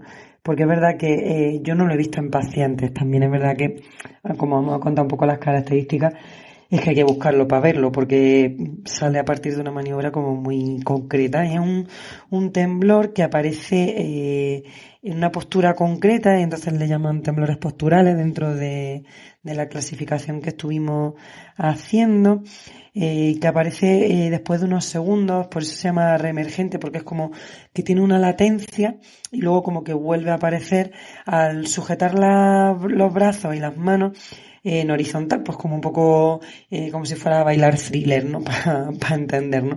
Entonces, pasado un poquito de tiempo, aparece un temblor que ya te digo, yo no lo he visto nunca en clínica y tampoco he tenido la oportunidad de ver el vídeo, pero según describen, concuerda con el mismo tipo de velocidad que tiene el temblor de reposo y bueno, pues que en vez de ser un conteo de monedas, ¿no? O el hacer píldoras como tú has acuñado, eso lo podíamos poner en realidad en los temas y poner que lo has dicho tú. Y Claro, y ya está, y me cargáis a mí el muerto, claro. Nunca mejor dicho, ya que estamos hablando de zombies. Pues mira, el signo del zombie y el signo de hacer píldoras podrían ser pues muy buenos nombres para que le pusiéramos la R de registrado de la fundación. Sí, la verdad es que sería bastante propio. Bueno, como estaba diciendo, hoy estoy fatal de espesa y de dispersa, como ves. Al final... Pues el que tiene coronavirus soy yo, así que tú no tienes ninguna... Vamos, bueno, no puedes decir nada, que tú estás buena, no estás de baja ni nada. Bueno, como te estaba diciendo, al final la frecuencia coincide con la frecuencia que tiene el temblor de reposo clásico de Parkinson, y luego aparte pues hablan de que el movimiento es como si fuese una pronosupinación o tendente a la prosupinación, con lo cual, y ya lo dicen los propios autores, parece que pudieran compartir los mecanismos patofisiológicos. De hecho, no han sido capaces de describir temblores reemergentes en pacientes que no tuvieran el temblor de reposo, con lo cual habla un poco de que no todos los que tienen el temblor de reposo les aparece este segundo, pero sí que todos los que tienen este segundo también tienen el de reposo. Así que a mí me parece la misma cosa, pero vista como en un plano un poco más amplio, y al final, pues bueno, mantener la postura en horizontal depende del hombro, con lo cual podríamos entender que la mano ahí también sigue en reposo, ¿no? Y no sé a ti qué te parece, y a Sergio o a Manuel si quiere hablar un poco, que está por ahí muy callado, pero a mí me parecen exactamente lo mismo, uno que otro, vaya. Sí, yo la verdad que no haría ni una diferenciación. La verdad que lo dejaría tal y como está y lo uniría con un simple tipo, porque al final es complejizar más algo que puede ser más simple. Sobre todo para nosotros nos ayuda a que sea un poquito más simple. Efectivamente. Y sobre todo porque a nivel clínico no aporta mucho, por lo menos a mí no me genera, es decir, es una prueba que solo es una prueba como de laboratorio, realmente no te habla de que eso afecte a nada distinto en la forma de moverse de la persona que está diagnosticada de parkinsonismo. Claro, al final a ti lo que te interesa eso es saber si tiene temblor, si no tiene temblor, qué tipo de temblor, si mejora, si empeora. Al final que tenga uno u otro, yo creo que dentro del Parkinson es de lo más leve, como decíamos el otro día en el podcast anterior, que al final el temblor dentro del Parkinson se queda como un signo muy básico. Yo creo que al final, como dice Yolanda, he visto el vídeo y lo podéis ver tranquilamente, más que un temblor reemergente, al final es un cambio en el tipo de control motor que se hace cuando uno levanta la mano y la mantiene en esa posición. El principio de tú levantar un brazo y mantenerlo en esa posición como de zombie, para entendernos así rápidamente, es una ejecución que está muy centrada en la mano. Es decir, es verdad que los componentes distales se hiperrepresentan cuando se hace este tipo de movimientos. Pero una vez que bloquea el codo y la mano, efectivamente, como decía Yolanda, al final como que la estabilización postural requiere mucho en proximal. Entonces, realmente, como que el brazo y la mano se mantienen en relativo reposo desde un punto de vista de sincronización muscular, ¿no? Entonces, al final, claro, aparece un temblor ahí con cierto lag que yo interpreto viendo el vídeo, y soy muy atrevido en decir esto, y al final es una opinión que evidentemente estos autores pues sabrán más y habrán estudiado más neurofisiología y seguramente tengan otras pruebas, y habrá que leerse el artículo de Jankovic que viene en la bibliografía pues por ver exactamente por qué lo define así. pero a mí lo que me parece es que realmente es un temblor de reposo que mejora con el movimiento inicial al meter énfasis en el componente distal cuando se inicia el movimiento, y que una vez que se bloquea el codo y la muñeca, pues claro, como que ya esa mejora que se había hecho por el regulamiento volitivo termina, y entonces pues aparece el temblor de reposo distal, bueno, que tiene cierto, en fin, afecta de alguna manera al componente proximal, pero lo afecta simplemente pues porque si está temblando la mano y el codo y se producen esas prorrosupinaciones y tal, pues al final parece como si el hombro también temblara. Pero yo lo que veo ahí es un temblor distal en reposo, en una posición que en principio no es de reposo proximal, pero sí es un bloqueo distal. Así que ya os digo, yo estoy de acuerdo hasta cierto punto con vosotros en que no tiene mayor interés porque al final la mano no está haciendo nada mientras mantiene esa postura. Porque si me dijeras que estás manteniendo la flexión de hombro y con la mano está manipulando y aparece el temblor, aunque con la mano esté manipulando, a mí ahí me mosquearía más porque diría, uy, pues si la mano está manipulando, eso al final es al final la actividad debería mejorar el temblor. Pero como la mano y el codo en principio no están haciendo nada, pues es lo que decíamos con la marcha, ¿no? Cuando Yolanda decía antes, empeora con algunas actividades como la marcha, no sé cuánto, y hacía yo la salvedad esa de, sí, empeora con la marcha siempre que las manos no estén haciendo nada. Si las manos empiezan a manipular mientras estás caminando, no empeora con la marcha. Pues aquí me parece lo mismo. Hay un temblor que aparece con un isométrico mantenido en flexión de hombro, pero porque realmente con las manos y con el codo no se está haciendo nada. Y un temblor que aparece cuando tú tienes la mano puesta en forma de esa especie de saludo romano, y no estás manipulando, pues tampoco nosotros para qué queremos la flexión de hombro si no es para mover las manos y toquetear algo que está lejos de nosotros, ¿no? O coger algo, etcétera. Así que ya os digo, a mí este reemergente con el previso de Jankovic no me ha parecido muy revelador, pero ya os digo, habrá que leerse el artículo que proponen y opinar con conocimiento de causa. El que sí me interesa mucho, y este sí yo creo que nos vamos a entretener un poquito, y no sé qué hora tenemos, pero lo mismo, en este tenemos que terminar y a lo mejor dedicar medio capitulillo del que viene a terminar el artículo, porque es verdad que nos quedan dos grandes grupos que son genio y figura y que yo creo que sí habría que detenerse un poco, que son el temblor distónico y el asociado a distonía y los temblores funcionales. Luego el Holmes y el wind beating, bueno, también se ven mucho en clínica, pero yo creo que esos los podemos describir de una forma como más visual, porque es verdad que son fáciles de ver una vez que te lo han explicado, ¿no? Y que lo has visto, porque es verdad que tanto el wind beating como el Holmes, aparte de ser bastante parecidos, no se duda una vez que uno lo ha visto, ¿no?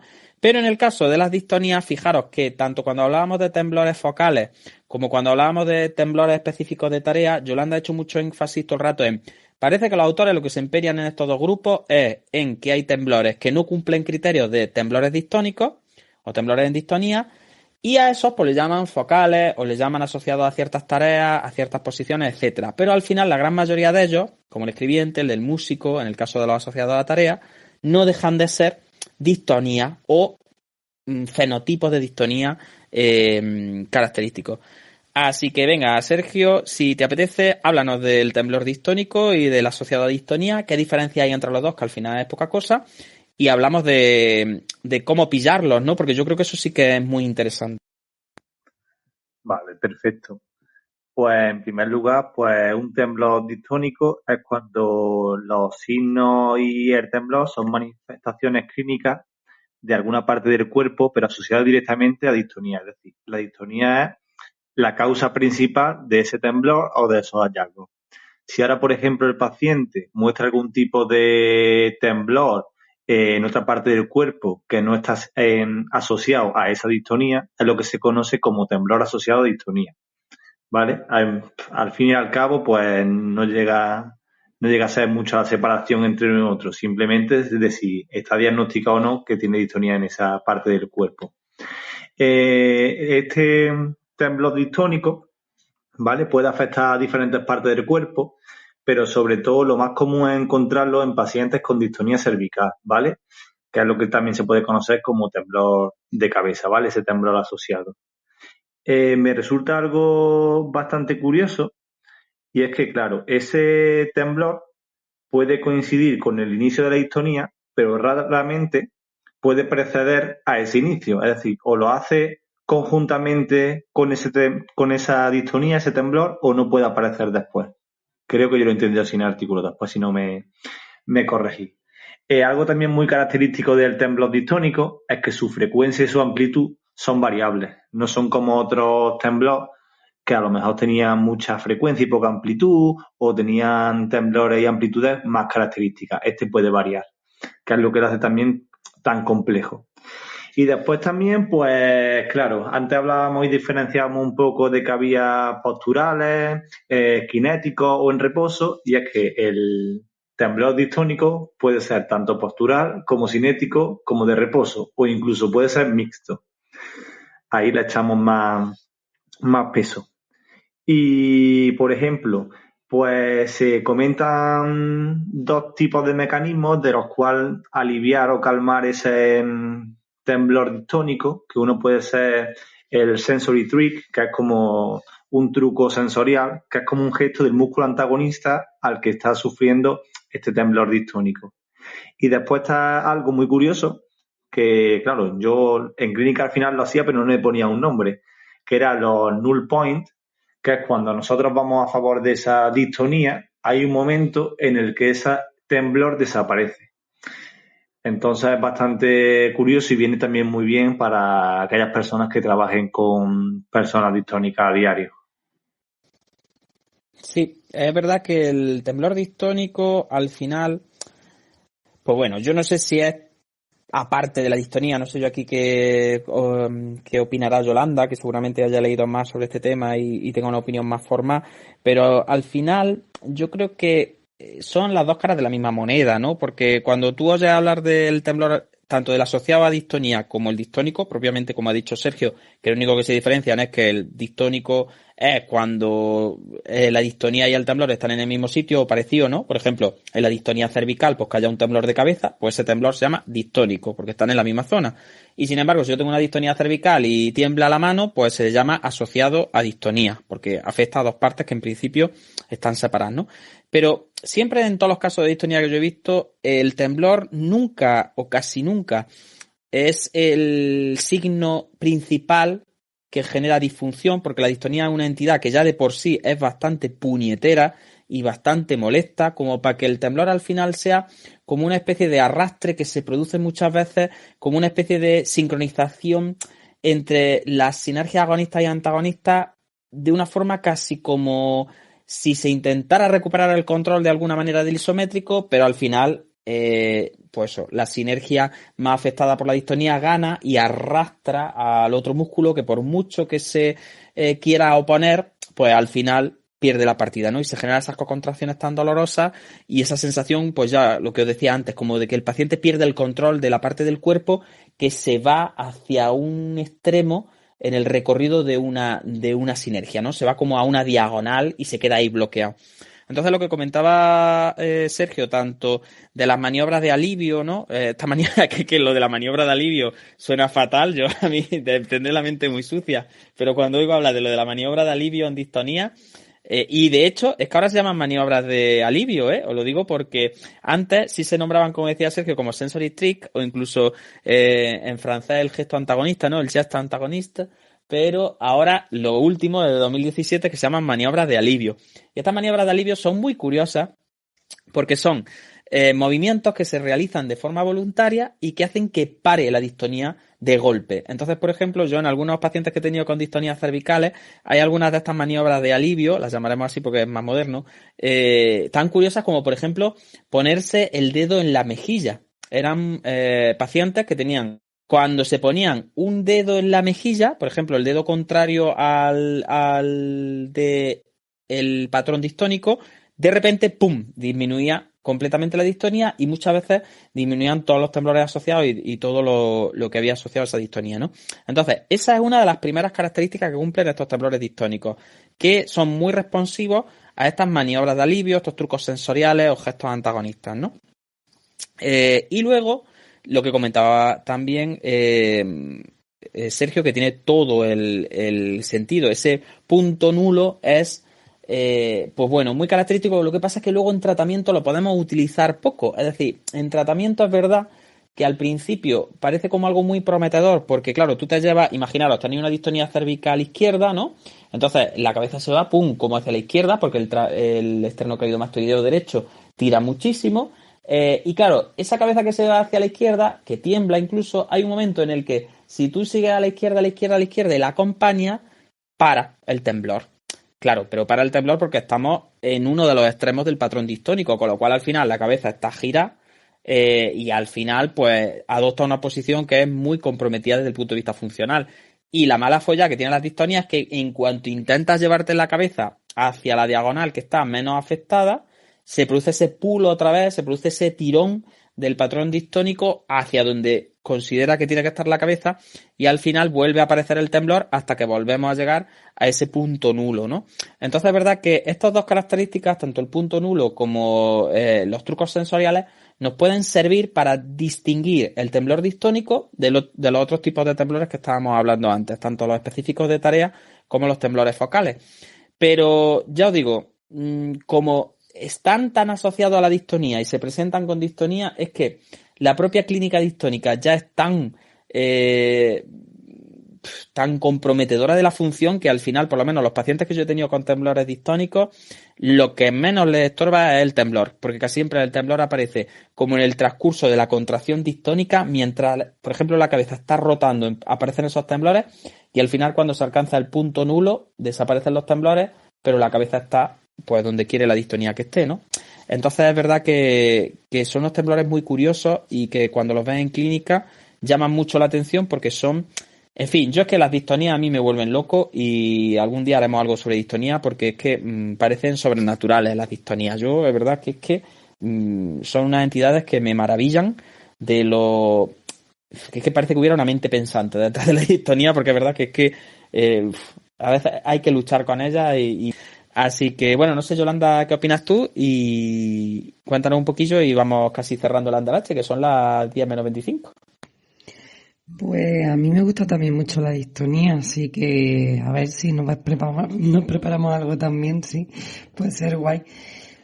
Pues mira, ya, cosas que habéis dicho, creo que un poco por romper la lanza, igual que hablabas tú de los de las maniobras de alivio, a mí no me gusta la palabra maniobra de alivio, a mí me gusta el truco sensorial, porque creo que es bastante más explicativo de lo que realmente hacemos. A ti no te gustarán las maniobras de alivio porque tienes marido, perdona que te diga. Bueno, estamos hablando de distonía, ¿vale?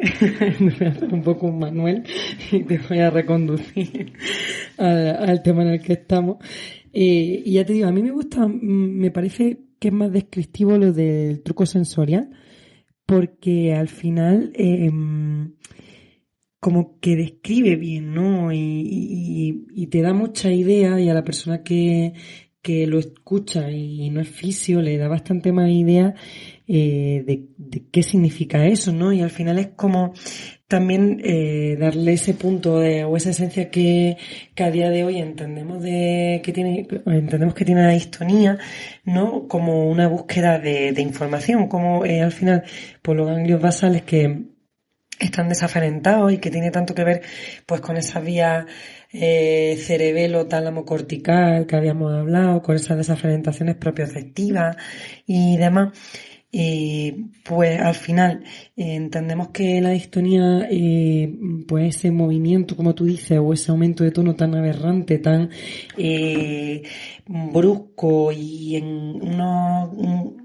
unos rangos y unas posiciones muy bestias y muy llamativas, que al final es el propio sistema buscando la información, y por eso cuando llega a esa posición de punto nulo, como habláis, y ya llega un punto en el que efectivamente, pues cuando te llevan un cuello a girarlo, pues prácticamente ¿qué te digo yo? A 100 y pico grados, ¿no? Hacia atrás, que ya las estructuras ya no dan más de sí, es como que ahí aumenta mucho el feedback sensitivo, con lo cual pues la distonía deja de tener su función, ¿no? Deja de tener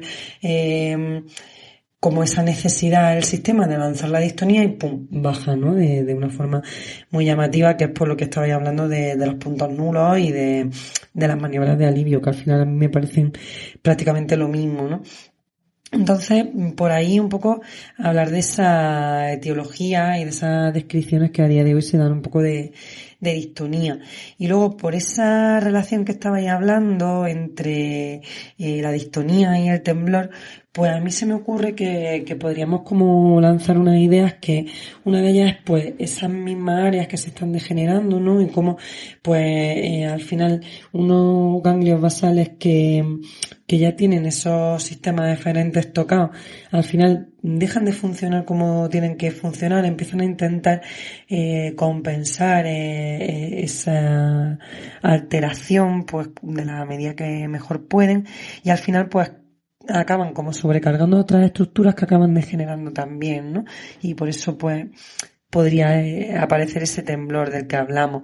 Y luego porque al final también, pues si os fijáis a nivel de movimiento, y con esto acabo, no es tan distinto al final esa cocontracción que se ve en distonía, ¿no? Que al final es una mala gestión, una mala organización entre cómo se tiene que contraer un agonista y un antagonista, y en este caso los dos se están contrayendo muy vigoroso y muy rápidamente, con lo que luego aparece en temblor, que es también un problema como de agonista-antagonista, de esa coordinación agonista-antagonista, en la que ya hay como más componente de movimiento porque hay más alternancia, no hay tanta contracción simultánea. Entonces, pues yo creo que se podría dar ahí una vuelta y se podría rascar mucho de qué tiene que ver una cosa con la otra. Al final, como dice, bueno, aquí Yolanda acaba de hacer un resumen de la hipótesis sensitiva de las distonías y bueno, y cómo tiene que ver el enriquecimiento sensitivo pues con una falta de aferenciación importante y sobre todo de procesamiento sensitivo propioceptivo, y bueno, muchas teorías últimas que, bueno, que en los últimos años hablaban de eso, de cómo la distonía sería una especie de búsqueda propioceptiva en ausencia de un input que no se está procesando correctamente y que al final pues como que forzamos. Igual que abrimos los ojos mucho cuando queremos ver algo, ¿no? Pues a lo mejor si el input propioceptivo no está siendo integrado de una forma correcta desde el punto de vista central, pues también tenemos que hacer movimientos muy amplios como para que aumente esa sensación propioceptiva. Entonces al final yo creo que es muy interesante, Yolanda, y que esto lo podemos tratar en algún momento cuando nos atrevamos a hacer algo específico sobre distonía, porque yo creo que es uno de los signos que cuando se ven en clínica no se olvidan nunca, pero que en general en la literatura están bastante mal descritos, por lo menos lo que yo he leído de distonía. Es verdad que suelen ser definiciones como muy por encima y no captan, no he oído yo, bueno, no he leído nunca nada que capte la esencia tan bestia de la distonía y lo chunga que es para la funcionalidad del paciente. Así que bueno, yo creo que sí, que eso es que podría ser perfectamente una excusa para plantear la hipótesis sensitiva de las distonías, que yo creo que puede ser súper interesante. Bien, y para finalizar, si os parece, nos vamos a quedar a las puertas del temblor funcional, que se merece, pues bueno, iniciar a lo mejor el programa que viene, porque claro, el temblor funcional al final pues es complicado de definir y es complicado de explicar. Entonces yo creo que cuando estemos un poquillo más frescos, lo mismo lo hacemos mejor. Y antes de dejarlo ahí, antes de meternos en el temblor funcional, yo sí quiero definir tanto el temblor de Holmes como el wind beating, el temblor del aleteo, porque son dos temblores que se ven bastante, sobre todo en daños encefálicos, principalmente en lesiones troncoencefálicas. Y bueno, son unos temblores muy curioso. En principio, el temblor de Holmes es un temblor que se caracteriza por ser muy lento, es decir, no más de 3 hercios, 4 hercios, pero muy amplio. Es decir, la persona tú observas que hace como auténticos aleteos. Muchas veces te da la sensación como, imaginaros, tú le pides que se lleve el dedo a la nariz, ¿no? Que es el típico test que se hace de métrica. Y entonces ves que primero, este temblor tan despacito, pero con tanta amplitud, tan lento, pero con tanta amplitud, está ya presente en reposo. O sea, tú ves que la mano se está moviendo un poquillo en reposo. Bueno, pues lo que os comentaba Ya lo he encendido, que le había dado a apagar. Es que estaba ahí con el micro abierto, pero sin hablar. Digo, ¿esto qué es? No, pues eso, que se te escucha solo a veces crepitar, pero no... No sé lo que será. No será sé cualquier cosa. Será ya la articulación. Estoy crepitando ya, estoy crujiente como la abuela. En fin, ya os digo, es un temblor muchísimo más lento que el temblor en reposo, mucho más amplio, y encima cuando le pides, por ejemplo, que se ve el dedo a la nariz, la persona es que te da la sensación casi que se quisiera pegar un guantazo, o sea, se intensifica con la acción, pero es muy amplio, es decir, no os imagináis un temblorcillo. Es casi como cuando observabais la dismetría, acordaros de los pacientes cerebelosos, como ese aleteo que daban así con el codo que se iba por supinación o se extendía así como a lo mejor en rangos de 30, 40, 45 grados, pues algo así era el temblor de Holmes, ¿no? Entonces, al final lo podéis ver en la literatura casi siempre asociado a las lesiones que lo provocan. Entonces muchas veces lo vais a ver como temblor talámico, temblor rojo, rubral, temblor de troncoencéfalo, mesencefálico, incluso a veces se relaciona con cerebelo, ya os digo, porque es un temblor que hay una desaceleración, un déficit de velocidad de conducción también y de organización entre agonistas y antagonistas, y al final pues ya os digo, se caracteriza principalmente por esas amplitudes tan altas.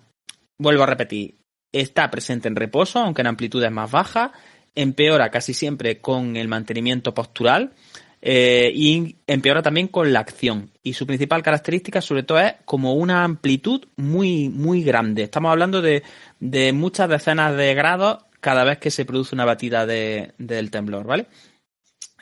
Normalmente es asimétrico, pues ¿por qué? Pues porque ya hemos dicho las etiologías. Si las etiologías son principalmente ictus, tumores, etcétera, normalmente los daños troncoencefálicos es muy raro que sean simétricos. Suele ser porque te ha pegado un petardazo en algún lado, o te has dado un golpe, o el traumatismo ha venido por un sitio, ¿no?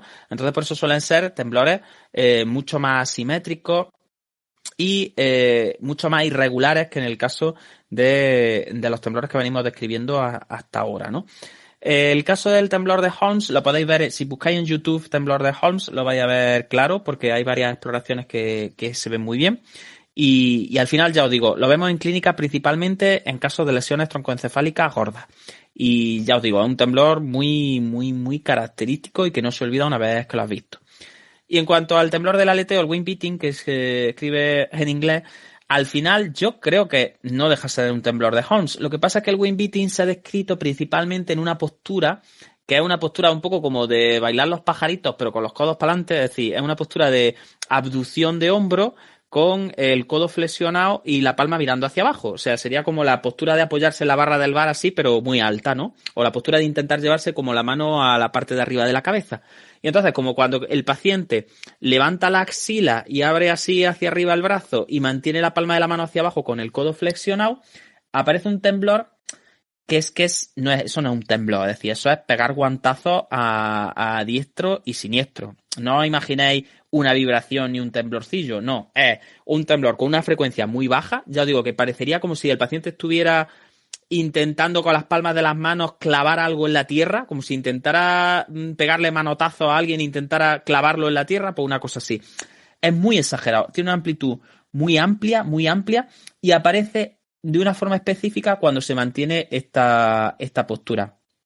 Pero claro, como podéis imaginar, no hay un temblor específico de una postura tan de laboratorio. Al final, el temblor no deja de ser como una especie de mala gestión también en rangos articulares extremos. Entonces aquí tendríamos un poco lo contrario de lo que estaba comentando antes Yolanda con el temblor distónico. El temblor distónico desaparece principalmente en rangos extremos y sin embargo en el caso del wind beating y del Holmes lo que vamos a tener es un empeoramiento en esos rangos extremos. Entonces ya os digo, el temblor de wind beating o de aleteo, al final se necesita adquirir esta postura. Y ya os digo, hay algunos vídeos en YouTube también que son muy, muy clarificadores. En concreto hay uno de un caso de Kreutzfeldt-Jakob, de encefalopatía espongiforme, y si lo veis pues no lo vais a dudar porque ya os digo, porque es que yo es que no sé si denominar temblor a eso, porque tanto el de Holmes como el wind beating son muy amplios, ya os digo, parece como si el paciente estuviera pegando guantazos o algo así como muy exagerado. En fin, pues si os parece lo dejamos aquí. Cerramos con Holmes y wind beating. Ahora le paso la palabra a mis compas a ver si tienen algo que opinar. y abrimos el siguiente capítulo, que yo no sé si será entero de temblor o mezclaremos, haremos un mezcladillo, porque nos quedan los temblores funcionales, algunos tipos de temblores que son un poquillo más raros y que tampoco creo que detenerse vayan a valer mucho la pena, y luego pues como una especie de algoritmo diagnóstico de temblores con algunas preguntas específicas, que yo creo que eso sí puede ser interesante. Entonces yo creo que en 15-20 minutillos nos podemos quitar lo que nos queda de temblor y bueno, y empezar el siguiente capítulo ya con el temblor funcional. Así que bueno, Yolanda, Sergio, comentadme si tenéis algo sobre Holmes y wind beating, y si no, pues vamos cerrando. Pues en principio nada que añadir, excepto, bueno, eso a lo mejor esa diferenciación que hacen también del temblor de Holmes, dependiendo un poco de qué área, ¿no? Como que hay varios fenotipos dependiendo de qué área de las que tú has comentado, pues están más dañadas. Pero yo creo que al final es un poco un mezcladillo, ¿no? De, como tú decías, pues de signos y síndromes que tienen que ver con que hay áreas pues muy extensas y muy importantes de cara al movimiento dañadas. Entonces, yo creo que al final son signos que se van sumando los unos a los otros y que no forman a lo mejor parte del propio temblor. Y bueno, de cara a la semana que viene, pues a mí me parece muy guay que hablemos de temblor funcional. Y bueno, podemos terminar un poquillo con el artículo, que al final pues le hemos dedicado también 2 capítulos y casi un tercero seguramente, pero bueno, también era de los bastante largos, nos ha quedado un compendio bonito de temblor, o por lo menos a mí me lo parece. Yo por mi parte, pues eso, que la gente vea el vídeo del temblor de Holmes y el temblor de wind beating, porque merece la pena, la verdad. Y nada, que tengo muchas ganas de que la semana que viene hablemos de temblor funcional y de cualquier duda que nos surja, porque al final yo creo que vallaremos perfectamente la hora y pico que estemos, comparando unos temblores con otros o haciendo algún tipo de clasificación. Y que muchas gracias. Estupendo, gente. Manuel, ¿quieres decir algo ya que estás ahí abajo, aunque sea contarnos un chiste o alguna cosa? O bueno, como siempre digo al final de los capítulos, si alguien de los que está escuchando abajo quiere subir, hacer algún comentario, contarnos algo de clínica o simplemente saludarnos o lo que sea, pues sabéis que tenéis los brazos abiertos y que podéis subir en cualquier momento. Manuel yo creo que estará haciendo la cena o estará con alguna maniobra de alivio o algo. No, ni estoy con la cena ni estoy con ninguna maniobra de alivio, Juan. Nada, yo lo he visto muy bien, os he visto ahí describiendo todos los temas. Lo que pasa es que siempre os pasa lo mismo, que en todas las clasificaciones os ponéis a como que a reducir, y al final yo creo que podéis describir el temblor con uno solo. Por lo menos la impresión que a mí me ha dado era que describíais uno y decíais, bueno, pero este es como no sé cuál, pero este es como no sé cuál. Yo creo que vosotros al final siempre reducís todo a uno o dos temblores, ¿eh? Y ni con esas, Manuel, lo reducimos a 1 o 2 y ni con esas no lo aprendemos. Hay que facilitar un poco el aprendizaje, Manuel, que es que de verdad, tú que eres muy complejo. No os criticaré. Hoy no estoy yo en posición de criticar a nadie. Tú no te has leído el artículo, así que... Bueno, como siempre, nuestro momento de meternos con Manuel, que eso tiene que estar en todos los capítulos, pero sabéis que lo queremos mucho. Pues tú, Juan, sabes tú que esto luego lo puedes coger todos los cortes y denunciarnos, ¿no? Tiene material Claro, suficiente. pero bueno, ahora lo que yo hago es una esa de ningún Manuel fue, como lo hacen con los animales, ¿no? Ningún Manuel fue maltratado durante el desarrollo de este programa. Y es como, esto es broma en realidad. No nos metemos con él, está todo pactado. En fin. Ha sido un placer de verdad estar con vosotros esta tardecilla repasando temblores.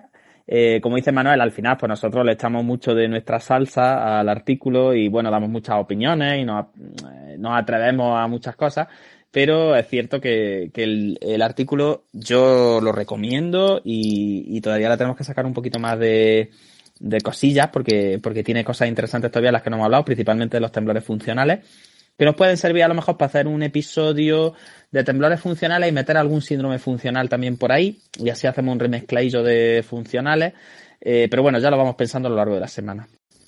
Muchas gracias, Yolanda y Sergio, por esta tarde darnos este pedazo de charla sobre temblores. Al final no nos hemos quedado temblando, estamos aquí muy agusticos. Y ya está, emplazaros simplemente a la semana que viene a ver si terminamos esto. Pero bueno, yo creo que vamos a buen ritmo y al final, haciendo un resumencillo de estos 2 capítulos y planteando temblores funcionales y algoritmos diagnósticos, yo creo que terminamos. Y ya está. A los demás simplemente daros las gracias por estar aquí abajo escuchándonos. Os emplazo al capítulo de la semana que viene de Neurofisio Club, que será Temblor 3, con algunas cosillas de funcionales posiblemente. Y también volveros a recordar que la semana que viene empiezan las salas del Club Neurologopedia, que van a estar muy interesantes con ese primer capítulo sobre la figura del logopeda en el equipo transdisciplinar en neuro. Y que bueno, con Jaime va a ser una pasada seguro, súper interesante, y que iremos dándole publicidad por aquí, pero si os suscribís al Club Neurologopedia, os llegarán la información así sobre la marcha y más fácil. En fin, muchas gracias por todo, estamos en contacto, nos escucharemos por aquí, espero veros en la vida real cuando se acabe mi confinamiento, pero estoy seguro que me estaréis esperando por ahí con los brazos abiertos. Y nada, como siempre digo, y a Manuel le gusta decir también, que el movimiento os acompañe, que paséis muy buena semana, mucho cuidado con el bicho y gracias de verdad por este ratillo que disfrutamos tanto y que al final, aunque hablamos de cosas tan complejas, pues se hace muy ameno y se pasa volando. Un besico muy fuerte, Yolanda, Sergio, a todo el mundo. Hasta la semana que viene. Hasta luego.